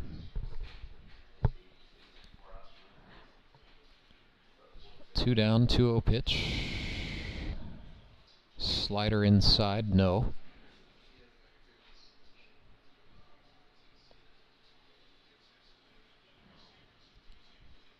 Loudon with a 3-0. That gets away from the catcher Bird, and that will allow another one to come across. It is now 7-2.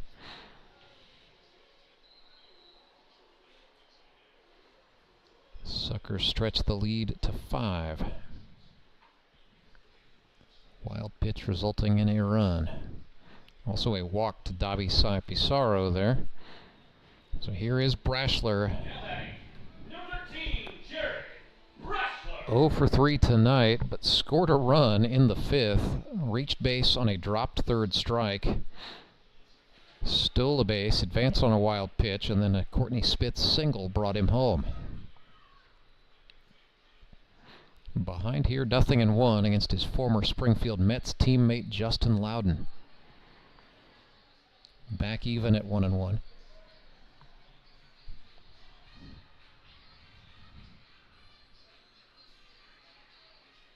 Slider for a called strike on the inner half.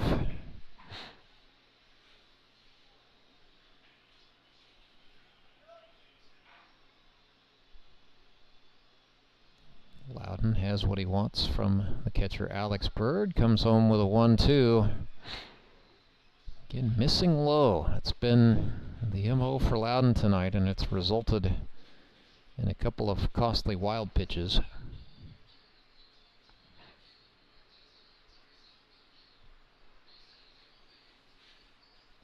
Now we're even up 2-2. Tried the curve, and Brashler defensively swung and fouled it off.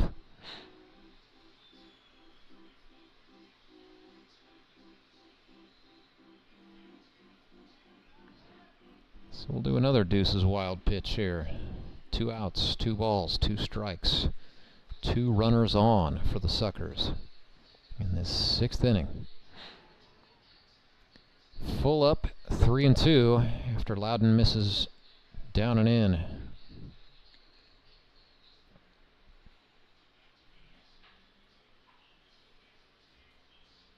Wind has died down to just about 5 miles per hour. Payoff pitch, swung on, fouled off. That was a interesting display. Courtney Spitz in the on-deck circle. Took an overhead swing with his bat, trying to touch the ball out of the net. Just made to look a lot funnier because he's got his catching shin guards on. So we'll do another 3-2. Ran it in and walked Brashler. Bases are loaded.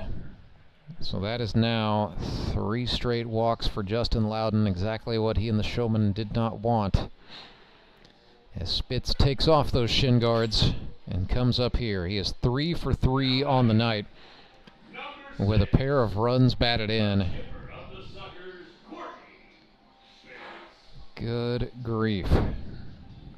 11 for 22, hitting .500.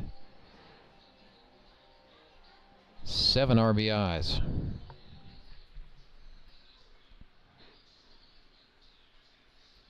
First offering he sees is a fastball over the plate at the knees for a called strike 1.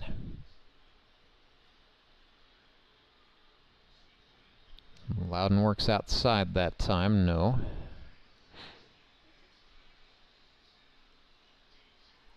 Back even 1-1.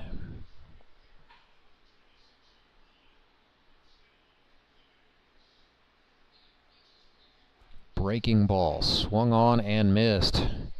Nice pitch there from Snacks, getting ahead in the count. If you're Justin Loudon, that's what you need. It's a wild pitch, but a favorable bounce off that back wall, and now we got trouble. O'Bird didn't see it. He throws to first, nothing doing there, and they've got to be careful not to open the door for Mason Davis to come home. So, oh my goodness, Jared Brashler, the tail runner, would have been absolutely dead to the rights. But Bird didn't see him in time to make the throw to get the out. So we're back where we started. A ball and 2 strikes. 2 outs, bases loaded. Suckers leading by 5 could blast it wide open here. Instead, Spitz goes down looking. 2 runs come across in that 6th inning. We will go to the bottom of the 6th with the Nixa Suckers leading the Branson Showmen 7-2. Showmen need to rally and need to do it right here. Your local hot seat dealer is an expert with hands-on cleaning knowledge to help you select the ideal pressure washer for your job. Take confidence in knowing you have a resource for all your cleaning needs. Service can be scheduled in-house or on location by a factory-trained technician using genuine hot seat parts. Be sure to ask about scheduled maintenance plans, as well as a variety of accessories to clean more efficiently. And don't forget the soap. We have detergents for every cleaning need and have a bulk delivery program. Customized wash bays and mobile cleaning systems are also available. Build a partnership where you're a name, not a number. Contact your local hot seat dealer to see why nothing cleans like a hot seat.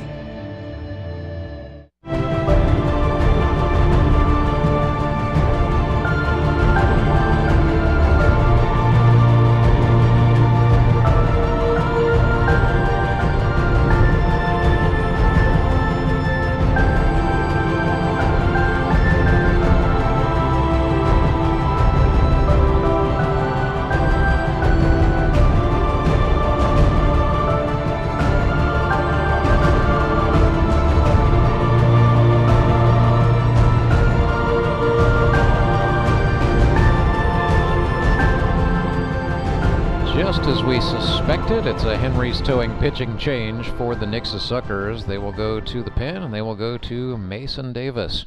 And he has been very good from the pen thus far, his rookie campaign here in 2024. Mason Davis graduated from Harrisonville High School in Harrisonville, Missouri in 2018. Then he went on to Hannibal LaGrange College, ended up moving to Springfield, finishing out on the academic track at Missouri State. He's sponsored by DSG Hotsy pressure washing equipment. 6 innings pitched thus far in the young grip and rip career of Mason Davis. He has allowed 2 earned runs on 3 hits, struck out 2, walked 2, and hit 2 batters. Computes out to a 3.33 earned run average. And Mason Davis has been used in this scenario right here, predominantly a middle reliever. And wearing the full-length pants tonight. That's a bit of a change. Davis up to now has been a high socks guy, but going with the full-length baseball pants this evening. On in middle relief. First pitch he throws to Skylar Carter is a change that Carter was way out in front of for strike 1. Activity in the Branson bullpen. Right-hander Marcus Rader up and getting warm. 0-1 to Carter. Swung on and chopped right side. Hayden Gibson, the first baseman, had to dive. There was nobody else covering. It was Gibson or nothing. And Gibson won the foot race, touched his glove to the bag before the speedy Skylar Carter could get there for the first out. Jacob Carlson walks to the dish. Nothing for nothing tonight with a pair of walks. So on the season, Jacob Carlson still 4 for 11. Now has 3 in the walk column and just a single strikeout. Sends this one screaming to the shortstop. Dobby Cy Pizarro gunned it. He took a beat to let Gibson get into position, which is fine, and then he threw it over his head. So into the dugout it went. That means Carlson is going to get to move up to second base. Error charged to the shortstop. 1 out. And the batter is Turner, the exact man that the Showmen want up in this situation. He can't get all 5 runs back. He could get you 2 right here, perhaps. 9 for 20 for the season is Turner, rookie out of Neosho, Missouri. And a physical specimen in great shape. He's definitely lifted a weight or 2 in his life. Down 0-1 against Davis here. Back over the plate, and then Turner turned on that one early. You know, Mason Davis makes his way, being crafty, throwing a lot of stuff that moves. He is most certainly a change of pace compared to Ethan Paschke, who throws hard and has a quick arm delivery. It's the first time actually we have seen Paschke then Davis, but I like it. Little breaking ball there, slow curve. Trey Turner wanted no part of it, and it's now 1-2. He is crowding in, toes on the line on the front of that batter's box, just absolutely daring Davis to come inside. He does. Turner pulls it down the left field line. That will be foul.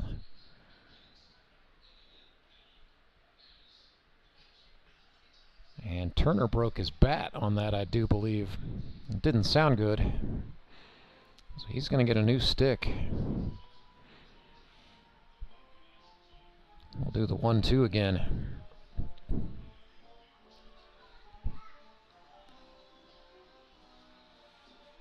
Trey Turner gives some pitching lessons here and there over in Nixa, Missouri.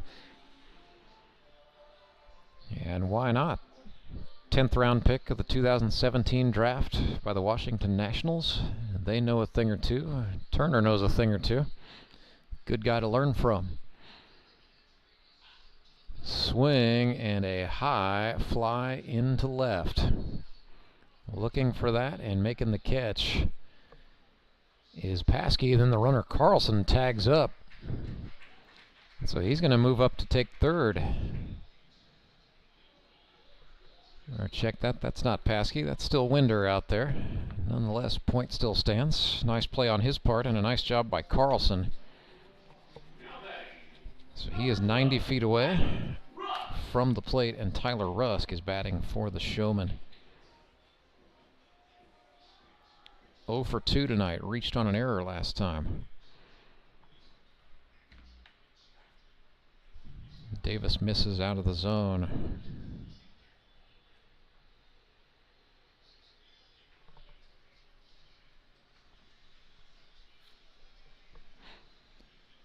(1-0). Mason went back inside, called strike to the surprise of the batter, Tyler Rusk. So when you crowd the plate, as a lot of batters in this league do, you open yourself up for that possibility.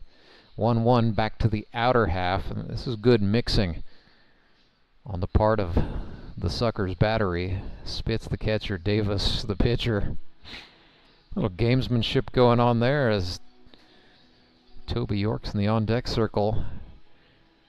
Zinged one, and the catcher Spitz caught it barehanded. The Saiko game is strong. They set Rusk up for a jam shot there, and he does send it to the first baseman Gibson for the third out. So a little bend but don't break after the mistake by the Suckers shortstop.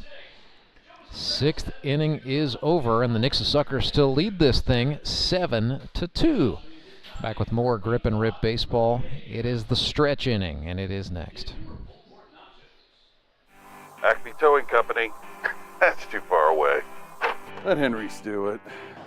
Nah, we're ready to close. Let Henry's do it. Henry's is ready to take your call right now. From compacts to semis, Henry is here to help 24/7. Save yourself the hassle and make us your first call. Henry's gets there fast, offering multiple locations to serve the Ozarks. When you're stuck on the side of the road, make the right call. Let Henry do it. Support local, give local. We hear it all the time, and when it comes to blood donation, there's an easy way to make sure your gift is being used in your community. Donors with Community Blood Center of the Ozarks provide every drop of blood, platelets, and convalescent plasma to patients in over 40 area hospitals. How do I know why that's important? Because my youngest daughter, Joselina, is alive today thanks to local blood donors. Find out how you can help at cbco.org. Local donors, local patients. That's the Community Blood Center of the Ozarks difference. So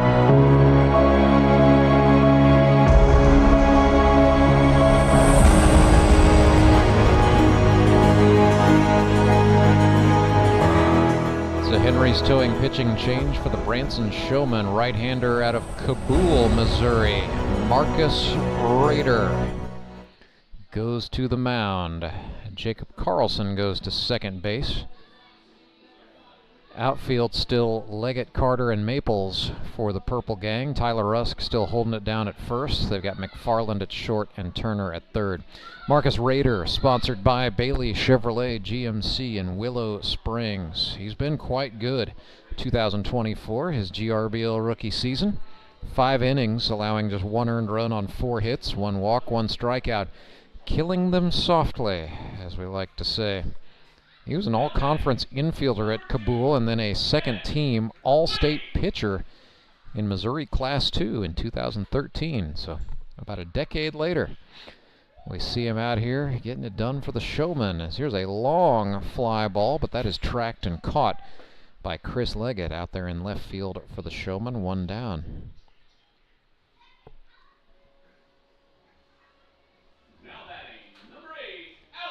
Batter is Alan Butterfield, 1 for 3 tonight with an RBI.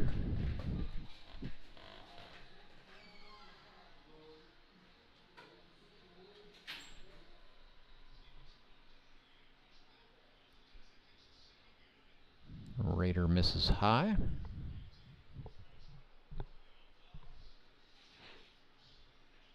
This game, hour 45 minutes old at this juncture.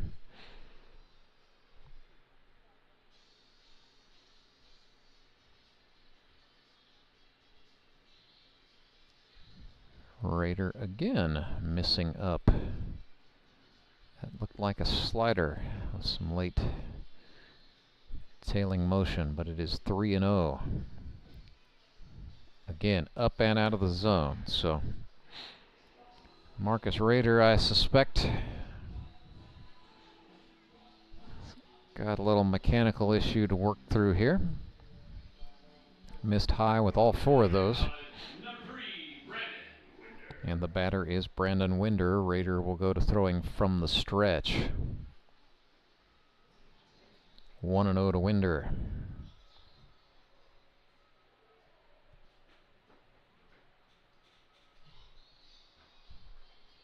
Brandon tonight 0 for 3, 6 for 18 on the season, so hitting .333.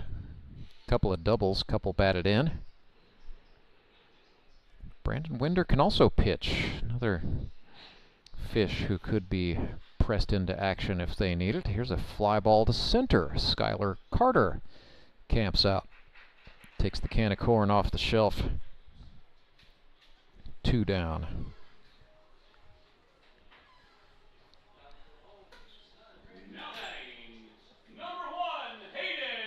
So that'll bring up Hayden Gibson. Also 0 for 3 on the evening. His profession is cleaning flues and chimneys. This is up the middle. Going to be a tough play for McFarland, but he stayed down on it even with the distraction of the runner Butterfield coming across his line of sight. That was really a tougher play than it looked like on the camera, I am sure, but Thomas McFarland answered the bell and he made the catch. It is stretch time. The Sumit's Hot Yoga 7th inning stretch. It is, as it is known here in the GRBL. Remember, at Sumit's Hot Yoga, you are going to feel awesome. Do you ever wake up and feel like you're already out of energy? I haven't felt that way since I started doing yoga. You do yoga? Every morning. Best change I've ever made. Try our community classes for only $8. Sumit's Hot Yoga. You are going to feel awesome. Support local, give local. We hear it all the time, and when it comes to blood donation, there's an easy way to make sure your gift is being used in your community. Donors with Community Blood Center of the Ozarks provide every drop of blood, platelets, and convalescent plasma to patients in over 40 area hospitals. How do I know why that's important? Because my youngest daughter, Joselina, is alive today thanks to local blood donors. Find out how you can help at cbco.org. Local donors, local patients. That's the Community Blood Center of the Ozarks difference.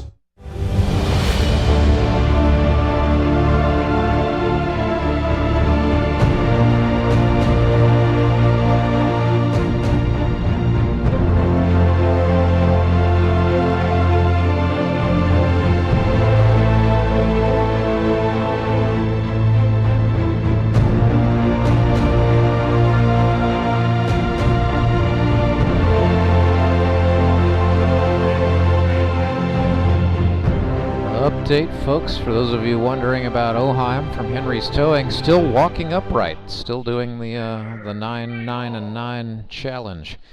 More pressingly, the Nixa Suckers trying to protect a 7-2 lead out on the baseball field. Chandler Maples walks up for the Showmen, swings at the first pitch. That's pretty typical Maples there, but Davis was running him inside all the way. So strike 1 to Maples. He is batting in the 5th spot, pinch hitting for Toby Yorks. Seen Chandler playing right field the last couple of innings. 0-2.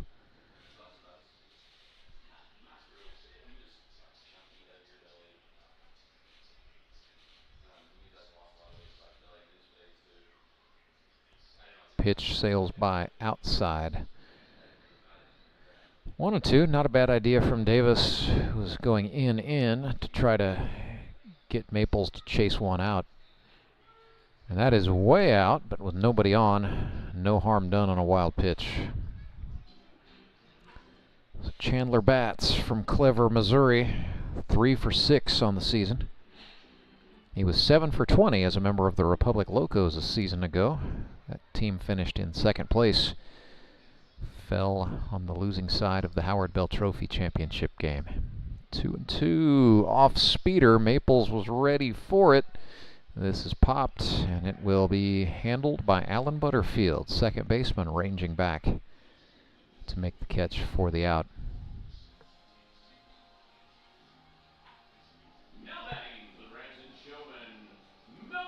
One down, and the batter is McFarland. Maryland Heights, Missouri, where he went to Pattonville High School. Sat back waiting for the slider. It's grounded to the shortstop. Pizarro's throw on the button to Hayden Gibson. Second out. And I got the first plate appearance of the night for Justin Fruit Snacks Loudon.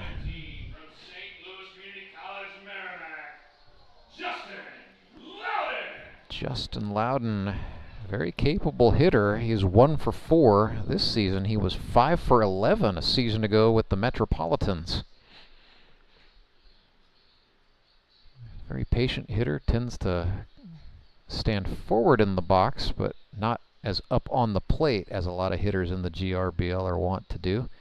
Slightly open, right-handed stance, just looks very relaxed in the box. Waiting for that one as he chops it over Davis's head. Gonna be a tough throw for Butterfield. It was on target, but not in time. Loudon is safe. Come on, give it to him. Yes, sir, the infield single. Snacks will have to reward himself with a fruit snack. So he's on for Marcus Rader, the pitcher, making his first plate appearance this evening. Rader 1 for 2 with a single and a strikeout. Slightly closed batting stance. Don't see a lot of those in this league, but hey, you know, 1 for 2. That's not bad. They're playing him to pull ever so slightly. Rader watched that one go by, and the count's even 1-1.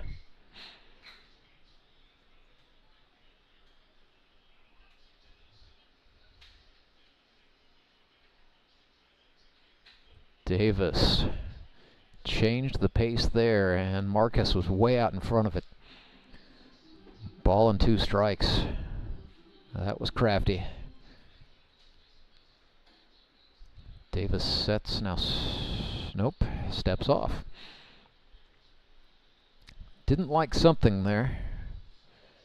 Something in the routine broken, perhaps. 1-2, swung on, bounced foul. Past the third baseman, Ben Wade, and then past the Showman third base coach, Ben Hammett, who was trying to do something clever. Hammett will punish himself by jogging out to go get that ball that has made its way all the way out into the bullpen on the left field fence in foul territory. Another 1-2 to Marcus Rader, swung on, fouled off. Davis ran him inside. Marcus had started the swing, so had to protect. Nice job to stay in the hunt. Bottom of the 7th, 7-2 the score. Nixa Suckers trying to be the first team to get to 4 wins this season. It's a dropped third strike, but Spitz will make the throw to Gibson in time to get the out. So Mason Davis faced 1 above the minimum, conceding the infield single to Justin Loudon, but he does the job of keeping the score as is. 7-2, Suckers in front of the Showmen. We will head to inning number 8. It is Grip and Rip Baseball, live and free all day long, right here on YouTube. I'm Nicole Cartmel with the Bank of Missouri. If you're in the market for a new home, you're probably spending a lot of time looking at real estate listings. But there's one main thing you need to do to narrow down your search. Get pre-qualified for a home loan. Mortgage loan officer Shannon Meissner is here. How does this help you to live well, bank well? Getting pre-qualified for a mortgage loan is definitely your first step. Pre-qualification allows you to determine early on how much money you can borrow to purchase a home in connection with your monthly budget. This way you know what homes to be watching the market for. We have lots of different loan options to fit everyone's unique needs. This way we can help you accomplish your homeownership dreams and goals. And the best part about pre-qualification is there's no cost. It's quick, easy, and it makes you a smart buyer. Thanks, Shannon. And of course, our mortgage loan officers like you are here to help you every step of the way. At the Bank of Missouri, we help you live well, bank well. The Bank of Missouri is an equal housing lender.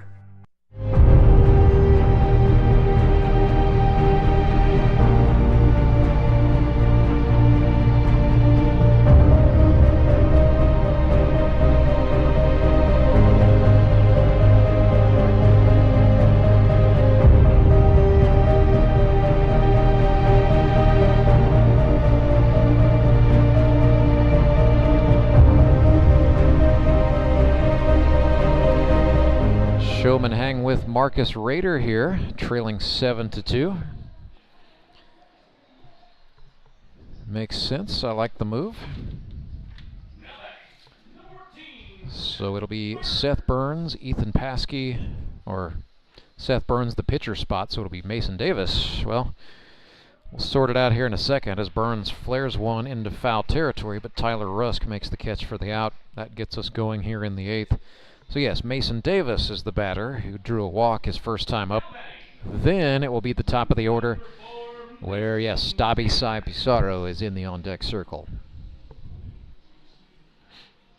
That's pretty typical. That's twice now Marcus Rader has started an inning, 1 pitch, 1 out. Mason Davis swung over the top of a slider there. That is just the thing that continues to impress me about Raiders pitching. Save for the 4-pitch walk he conceded to Butterfield in the 7th. He really works efficiently. Not a lot of wasted energy. Gets ahead of hitters like we're seeing him do to Davis. Keeps his pitch count down and gets his team back up to bat quickly. Ball and 2 strikes.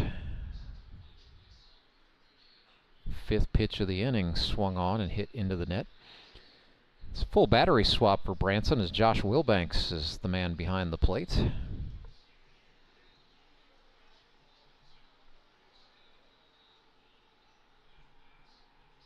I believe they've also sent Hammett back out to play second base this inning.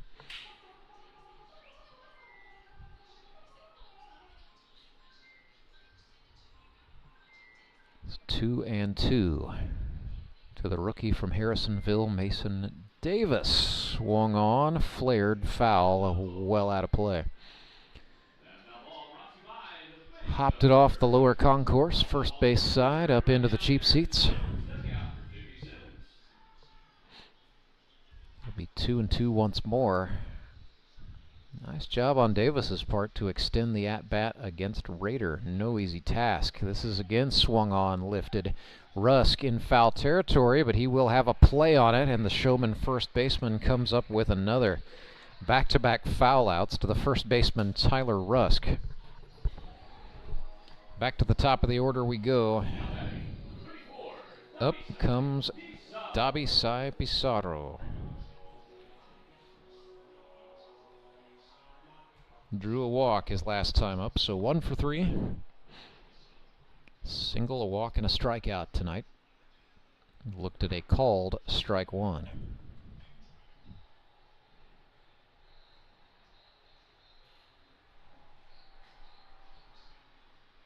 Breaking ball turned on. Down the left field line it goes. Into the corner, where Chris Leggett corralled it and made the throw in, but a no-doubt double smacked off the bat of Dabi Sai Pizarro, who now has 7 hits in 5 games.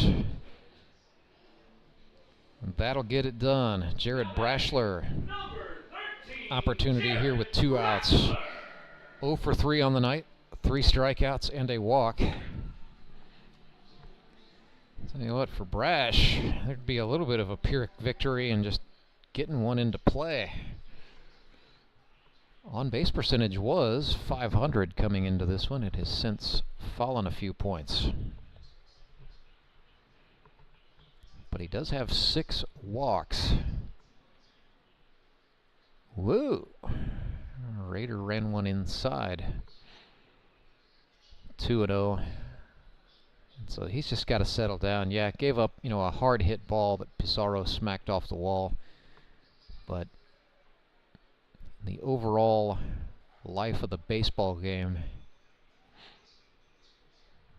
Raider has the opportunity to make it, so that will not matter too much. On the other hand, if he hangs one up for Brashler, Suckers could extend their lead here. 2-1 pitch is high. Wilbanks lost it for a second, then found it again. This has kind of been the thing. Whenever Marcus Raider goes on to pitch, the Showmen also send on Josh Wilbanks to catch. So I like that. Partnering the pitcher to his caddy. High tight makes it 3-1. Or check that. That was the 3-1. That's a walk. Jared Brashler walks for the second time tonight. And it brings up red hot Courtney Spitz. 3 for 4. He's batted in 2 runs tonight. Number 6, Courtney Spitz. Struck out looking last time up.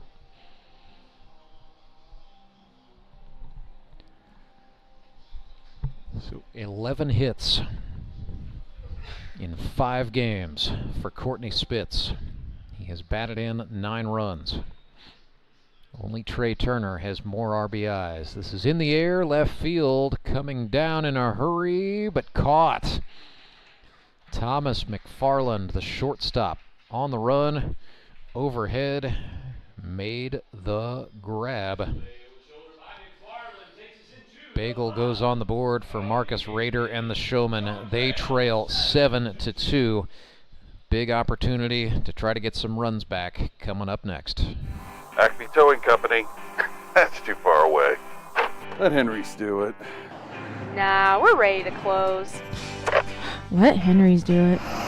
Henry's is ready to take your call right now. From compacts to semis, Henry is here to help 24/7. Save yourself the hassle and make us your first call. Henry's gets there fast, offering multiple locations to serve the Ozarks. When you're stuck on the side of the road, make the right call. Let Henry do it. I need a change. My workouts are too boring. Oh, I've got an amazing workout for you. Hot yoga. I've lost weight and I'm more flexible. Try our community classes for only $8. Sumit's Hot Yoga. You are going to feel awesome.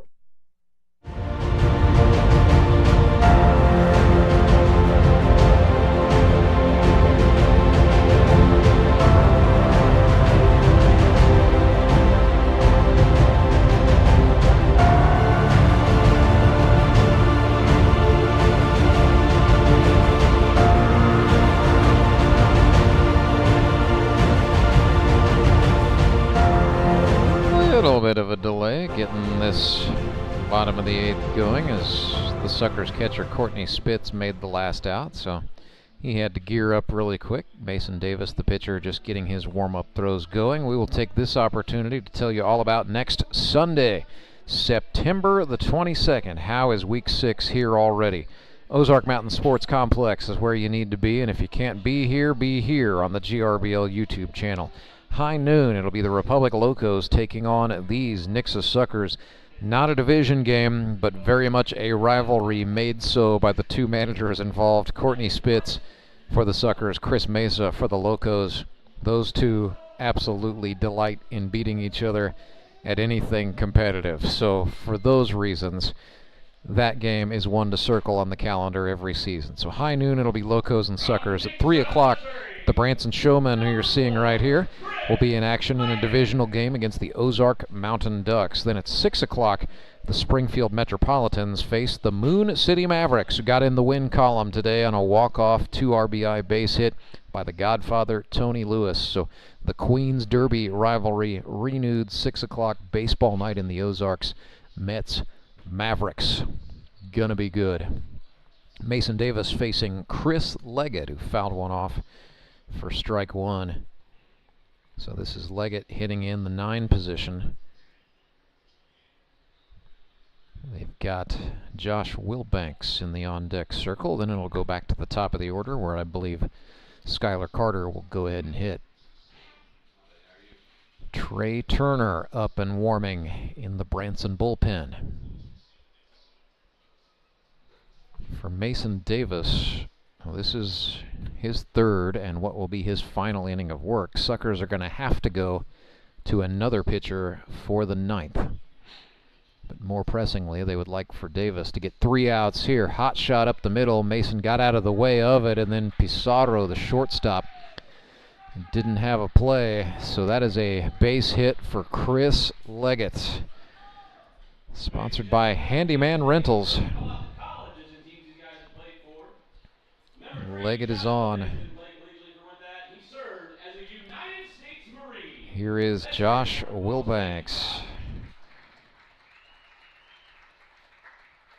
from Reeds Spring, Missouri, by way of Douglasville, Texas. 1 for 3 with a strikeout and a walk. And Josh finalizing training to make a career switch and become a barber.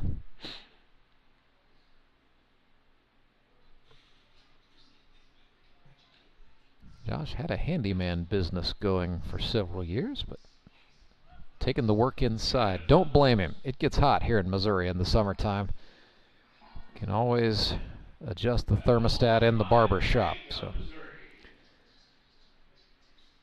Josh been in the league since 2020. It's his 5th year. One of those guys for whom the experience means a lot, and he's never one to complain about what his role on a team is or what he is asked to do. He does it with max effort and a smile on his face. 1-1 pitch. Nope, it's another check throw. Man, they are being very, very careful with Chris Leggett. Davis, Gibson on the same wavelength there. Now he comes home and Leggett does go. Wilbanks chops it into foul territory, third base side. Not a bad idea from Josh, knowing that the runner was going to start.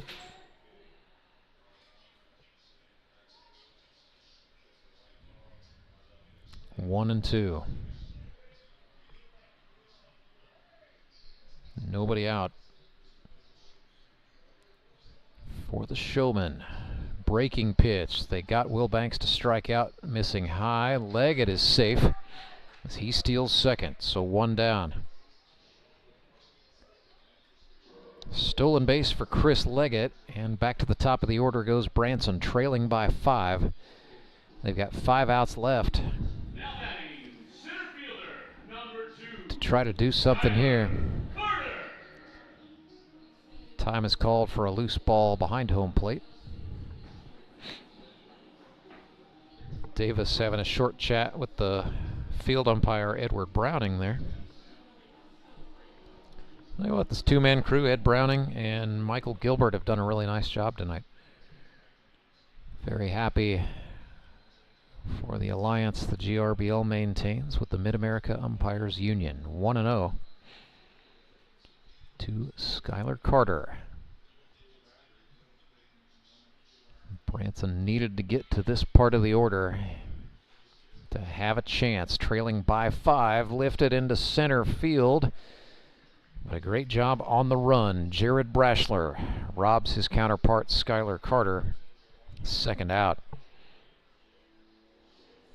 And now the batter is Carlson's. 0 for 1 tonight, reaching on an error. He has also walked twice.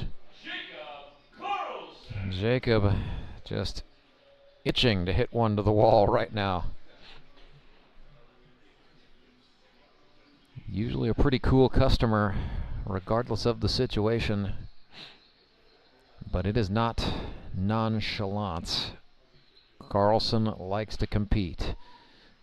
Up the middle it goes. Pizarro, the shortstop, puts it right on the button for Gibson, and that is the third out, and that's a big out, as the Suckers will go to the ninth, leading the Showmen 7-2. Back right after this.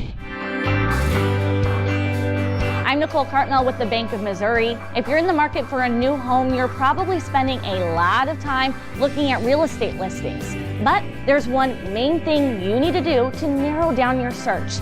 Get pre-qualified for a home loan. Mortgage loan officer Shannon Meissner is here. How does this help you to live well, bank well? Getting pre-qualified for a mortgage loan is definitely your first step. Pre-qualification allows you to determine early on how much money you can borrow to purchase a home in connection with your monthly budget. This way you know what homes to be watching the market for. We have lots of different loan options to fit everyone's unique needs. This way we can help you accomplish your homeownership dreams and goals. And the best part about pre-qualification is there's no cost. It's quick, easy, and it makes you a smart buyer. Thanks, Shannon. And of course, our mortgage loan officers like you are here to help you every step of the way. At the Bank of Missouri, we help you live well, bank well. The Bank of Missouri is an equal housing lender.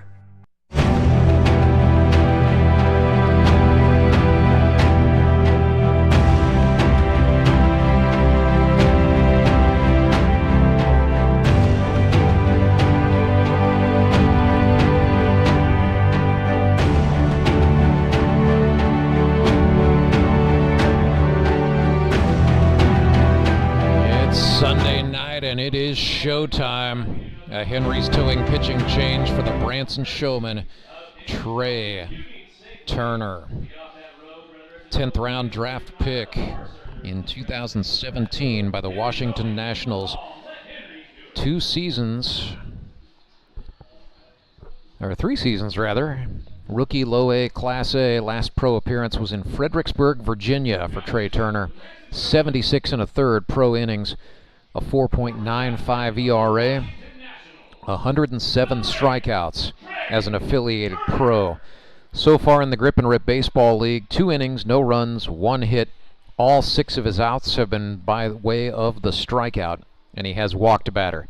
But for the moment, the ERA, spotless, 0.00. Trey Turner, owner of the hardest fastball we've ever seen in the Grip and Rip, by approximately 4 miles per hour. He can throw it 90 plus. And he's got a slider that moves at about 81.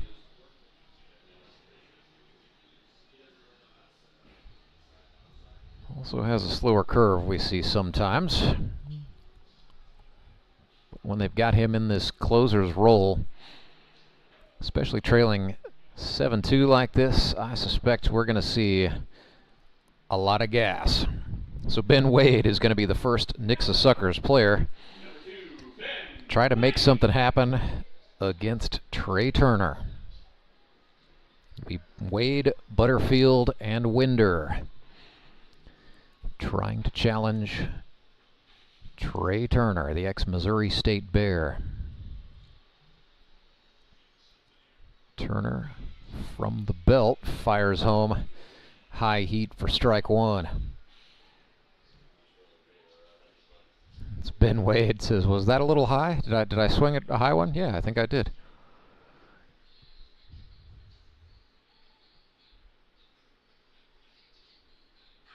Wade launches one into left center field. Leggett is on the run. He's not going to get there. It's the first time Trey Turner has given up an extra base hit in his GRBL career. How about that job by Ben Wade? Swung at the first fastball, not intimidated, stayed in there, drove one for a double.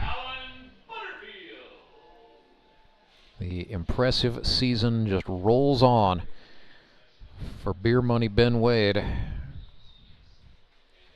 2 hits tonight and an RBI. 6 hits in 4 games. Gonna have to start thinking about Ben Wade for some postseason recognition, perhaps. That is lined foul off the bat of Alan Butterfield as Turner started him off speed.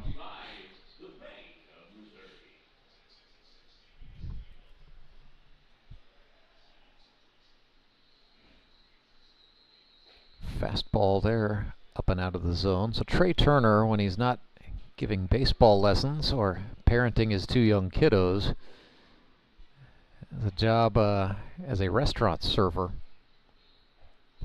I have to think, as fit as he is, and as imposing as he can be, that'd be a lot of fun, wouldn't it? Just, I think I would be scared to complain about the quality of my meal if Trey Turner was my waiter. I'd say, yeah, it was awesome. Everything was good. Here's your tip. Please don't throw me like a lawn dart. 3-2 to Butterfield. Swung on. This is way up there, just starting to come down and into the glove of the second baseman, Ben Hammett, for the first out.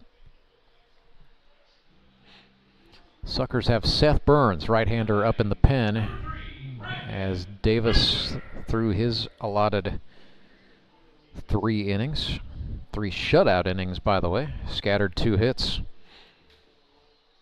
Struck out 2. But another good performance by Mason Davis, but he will have to yield to Seth Burns to try to finish this thing out. More pressingly for the Suckers, they're trying to add to their lead as Brandon Winder looks at a called strike 1.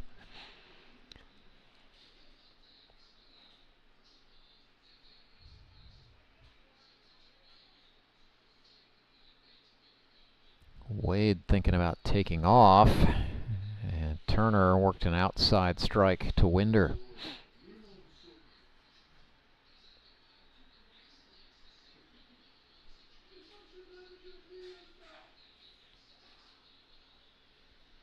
Nothing in 2. Winder fouled that one off.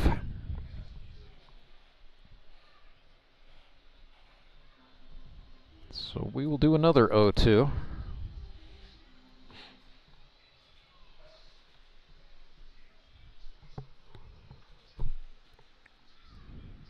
Runner goes, Wade steals, and it's a wild pitch, and Wade's thinking about coming home. Oh, then he hung up and had to dive back. Ben Wade, a base stealing threat.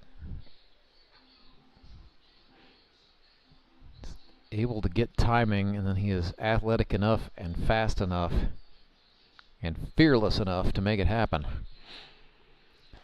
Turner gets Brandon Winder on strikes. First one of those of the night. I was going to say, by the way, big props to Alan Butterfield, the first player to get retired by Trey Turner on anything other than a strikeout. Certainly props to Wade for getting that double. So with 2 outs, Hayden Gibson stands in. Swing and a miss.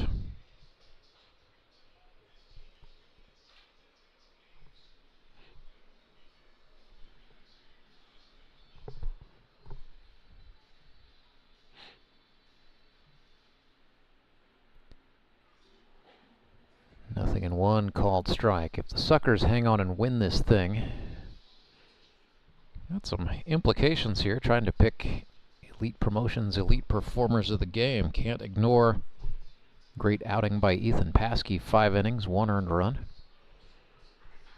Mason Davis pitched 3 good shutout innings as Trey Turner collects his second strikeout. Hayden Gibson the victim that time. So we will keep it right here. Commercial-free 9th inning brought to you by Central Bank of the Ozarks.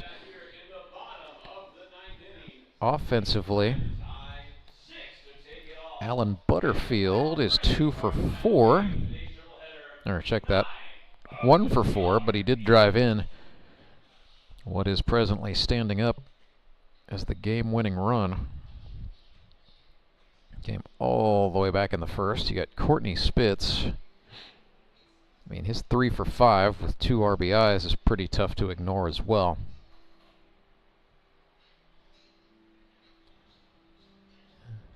And just as we suspected, Suckers have to go to the pen. It is going to be Seth Burns.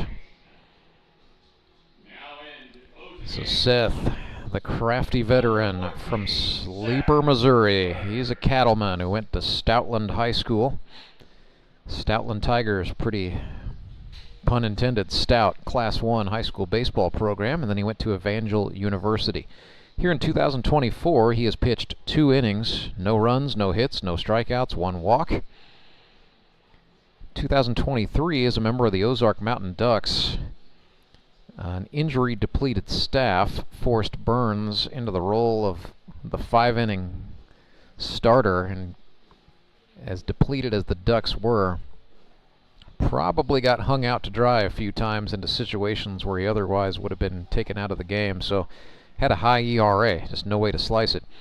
38 earned across 25 and a third innings of work. Gave up 42 hits, walked 27. That was also a pretty major problem, but struck out 21 batters. If you go back to 2022, that's probably the best Seth Burns we have seen in the 5 years rather, that he has been in this league. He's been in since 2020.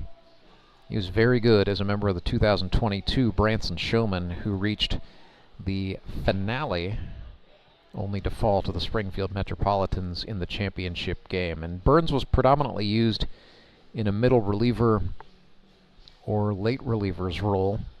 We're seeing him acting as the Suckers closer here, just being asked to go get 3 outs. So when he can dial up the effort and not necessarily have to think about eating several innings, I think that is when Seth tends to be at his best. And I would say, too, this is the second time Seth has been with the Nixa Suckers. He was with the club in 2021 and had a good year that year as well.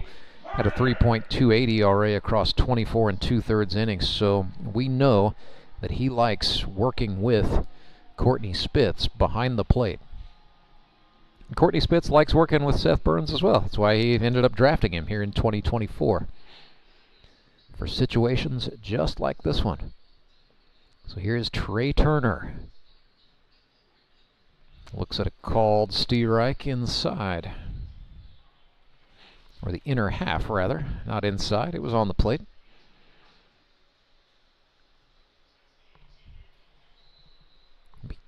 Turner, Rusk, and Maples for Branson, unless the Showmen opt to re-enter Yorks.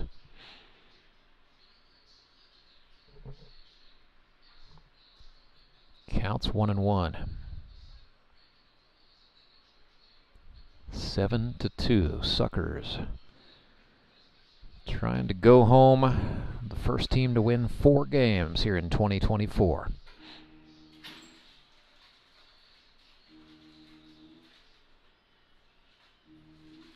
Ball and 2 strikes. That is outside. The other thing for Seth Burns is he can't worry about too much about who these guys are. You know, you've got a 5-run cushion to work with. Your job is to get 3 outs and send the boys home. Can't get too picky. Here's a hot shot grounder to third. Ben Wade did a beautiful job. First of all, just fielding the baseball and then getting the throw over to Hayden Gibson at first base in time for the out. Wade. Talked with him earlier this year about sort of finding a position. He's a guy who's played a lot of different spots, but seems to really be making the move from surviving to thriving over there on the hot corner. Tyler Rusk, next man up, 0 for 3 tonight for the Showmen. Been a bit cold.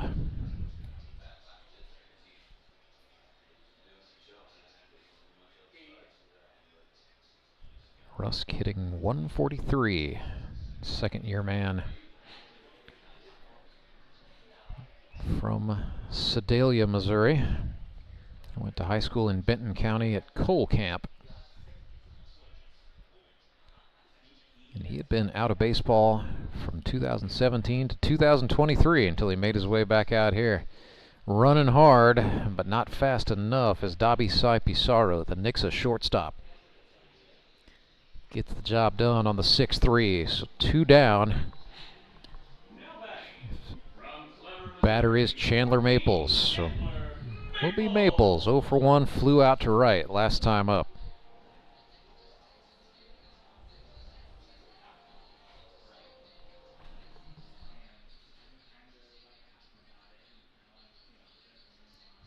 Burns comes set and deals. That's a fastball up and out of the zone.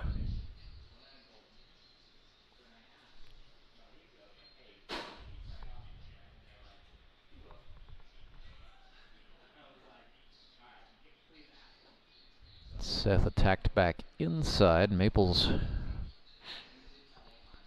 took a hack at it, so we're back even 1-1. So the Suckers, what we thought was going to be a doozy between what I would say are the two hottest teams in the league, solved the puzzle. They figured out how to make this Branson lineup go quiet once again. And to the Suckers' credit, they kept scoring. They win this one 7-2 as Seth Burns strikes out Chandler Maples. Suckers win 7-2.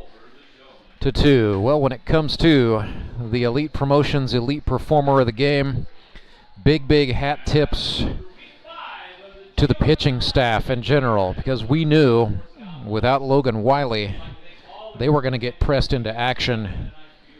Really, all three of the guys who took the ball tonight for Nixa did a great job. So most certainly big time honorable mention to Ethan Paschke, Mason Davis, Seth Burns. Paschke goes down as your winning pitcher.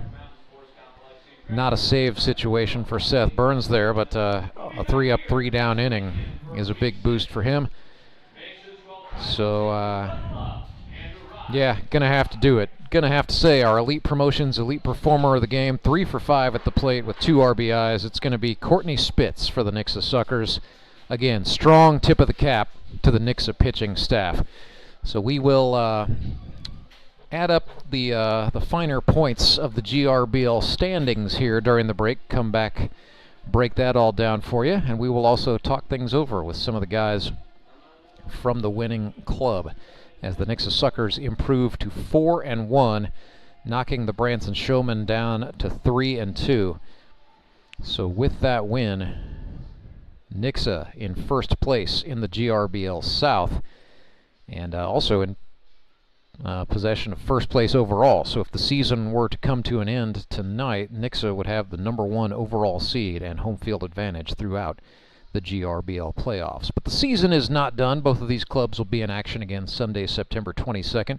Showmen play the Mountain Ducks at 3 o'clock. Suckers will play the Republic Locos. They will be the home team at high noon. So we will step aside, do some quick math, come back, break it all down for you right after this. It is Grip and Rip Baseball's Baseball Night in the Ozarks, and the show rolls on in a moment.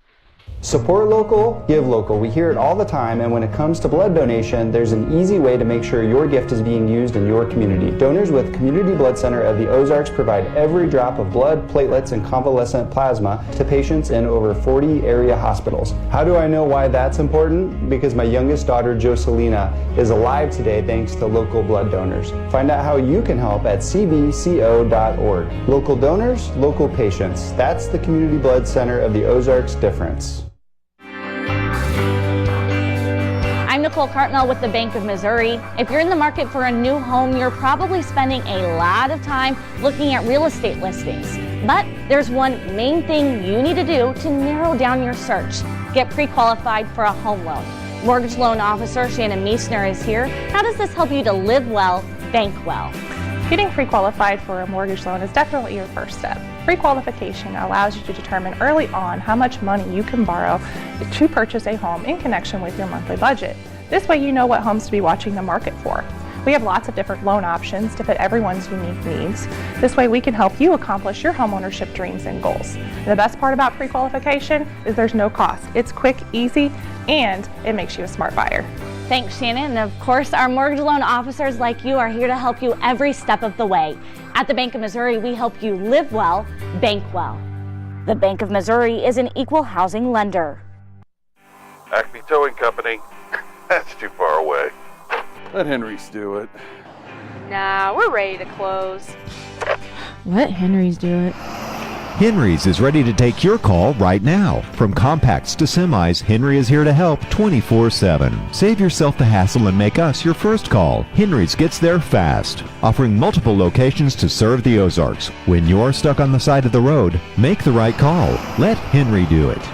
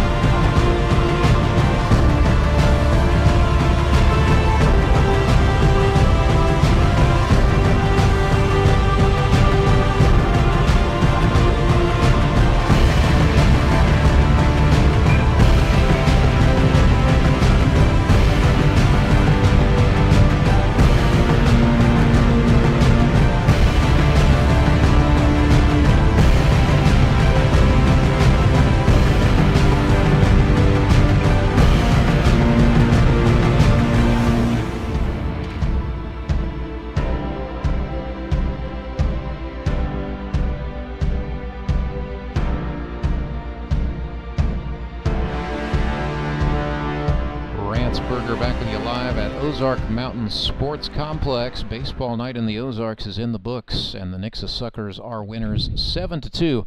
They become the first club in 2024 to hit the 4-win mark. So the Suckers at 4-1, now a game ahead of the Branson Showmen, holding head-to-head criteria with 2 wins over the Purple People Eaters.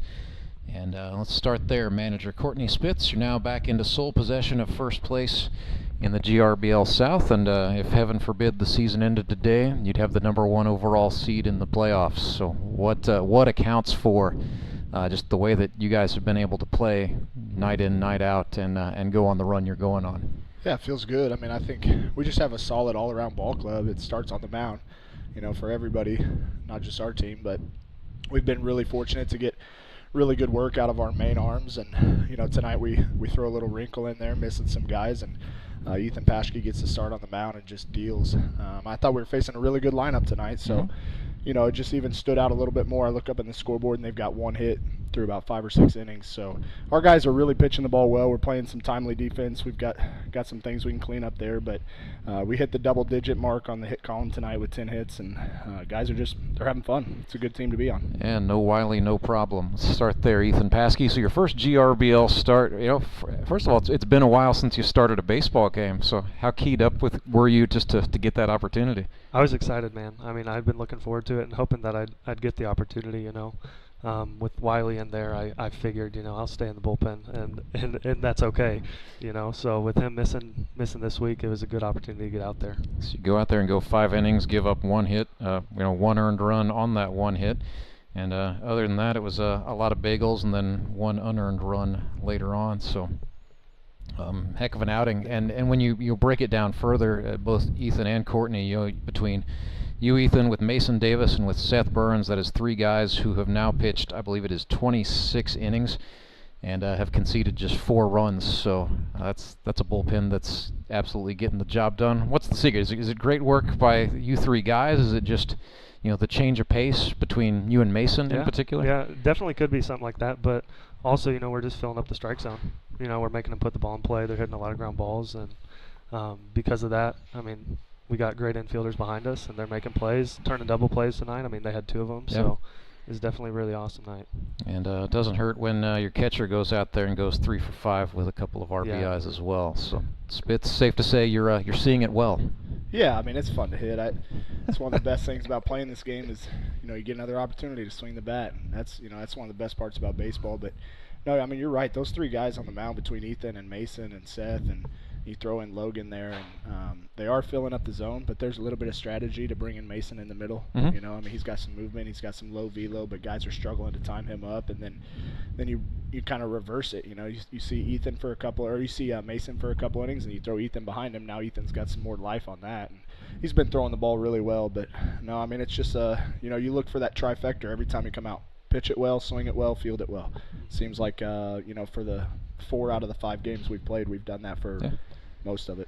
And how important was that for you, Ethan, to just come out after stubbing your toe last week against the Mountain Ducks to get it right back on track, so to speak? Yeah, man. I mean, it felt good. It was what I was looking for. It's just one of those situations last week where you're kind of frustrated, down on yourself, but then you come back and you pull it together and you just strike some guys out, get ground balls, just do what you can. So. No, before Grip and Rip, last baseball game you played in, correct me if I'm wrong, was 2020? Yeah, it was actually it was at this field. Oh my gosh. It was gosh. against Drury in 2020 before the COVID pandemic. Yeah. So, yeah. So what has that meant to you to really, you're one of those guys for whom, the COVID-19 pandemic derailed their baseball careers, and, you ended up coming back to Missouri State, and I'm sure, the folks you work with appreciate that now. But, what does that mean to get back into baseball after maybe you thought it was gone forever? Yeah, dude, it is exactly what I was looking for. Being able to come back out. I mean, I was scrolling on Facebook and I saw the league and I was like, oh my gosh, this is exactly what I need right now. And it's just, so I came to tryouts. I was super excited to be here. Probably should have spent some more time getting ready for tryouts, but just showed up. Was really impressed with the competition that this league has, and I mean, I've loved every minute being in it. So. Well, you may need the ice later, but I mean, you threw 5 innings without much incident tonight, so that's good to see. Courtney, this is I feel like another one of those years where you've kind of very carefully chosen a good crop of rookies, but between guys like Ethan and Mason, and then you throw in Alan Butterfield, who's been playing some good ball, Brandon Winder. This is just an exciting, youthful group of Nixa suckers, and maybe it's good that they don't get so wound up in some of the GRBL traditions that some of us old-timers do. Yeah, I love the youth aspect of it. Guys that are excited to come to the field every night and play, and guys that are a little bit more fresh day in, day out than maybe some of us veterans that have been in this league. But that's kind of the mix I go for in my strategy as far as drafting. Obviously, I want some veterans that have been around and seen the league and maybe have had some at-bats and things against some pitchers, but get these young guys out there and turn them loose. And it's fun to be in the dugout with them. They got great energy. They always got a smile on their face, and it seems to be like we've got a good group together again. So it's very strange at media day talking to Hayden Gibson as if he was an old guy now. I know. That didn't feel very right to me. I coached Hayden Gibson when he was like 13 years old. Yeah, he's your second senior most player, though, after Brashley. I've known him so long, and for me to feel like he's way younger than me, it feels weird because we've been in this league together so many times. We've been on the same team so many times. So, no, we got a great group. I hope we can keep this up, keep the consistency there, and ride this wave all the way to the end. Well, week 6, you guys will be back at it at high noon. You'll be the home team against your old arch nemesis Chris Mesa and the Republic Locos. Yep, looking forward to it. That's the only time we get them this year, so we hope to put it on them and just kind of keep the momentum going. You expect to have Wiley back for that one? I do. Yeah, he was out of town today. Wasn't he like running a marathon or something? Big marathon race, like I think it was over 50 miles. So he had. Oh, an ultra! Oh wow. Yeah, it was a big deal. So he texted me earlier today and said, "Hey man, I'm gassed. There's no way I can get out there and get on the mound." Or our plan was to hopefully have him back in the back end if he was feeling good, but no reason to risk anything like that. And just had some other guys with some family matters that they needed to be there for. And we talk about that all the time in this league. Like it's fun to be out here, but family first and take care of your business. And we'll see you next week. All right. Well, we will see you guys next week at high noon. Suckers Locos ought to be a pretty good tussle. Let's go fish. It's Courtney Spitz, Ethan Paschke, our elite promotions, elite performers of the game. Nixa Suckers 7-2 victors. Let's give you a breakdown of the schedule and a rundown of the standings one more time before we go tonight. So, high noon, Locos Suckers, 3 o'clock on the 22nd. It'll be the Showmen and the Mountain Ducks, and then at 6 o'clock, the Metropolitans take on the Mavericks. GRBL North Division right now, it's the Locos in front, 3-2. Metropolitans a game back at 2-3, and the Mavericks are 1-4. In the South Division, you just heard it, the Nixa Suckers are 4-1, sole possession of first place. Showmen fall to 3-2 tonight, and the Ozark Mountain Ducks are 2-3. Tonight's game has been, where am I at? Yeah, executive producers are Harrison and Waters and Tony Lewis. I knew I would find it. Our director is Jacob House. For all of us involved, and of course for the special executive producer Kevin Robertson, my name is Rance Berger, and I wish you good night from Ozark, Missouri.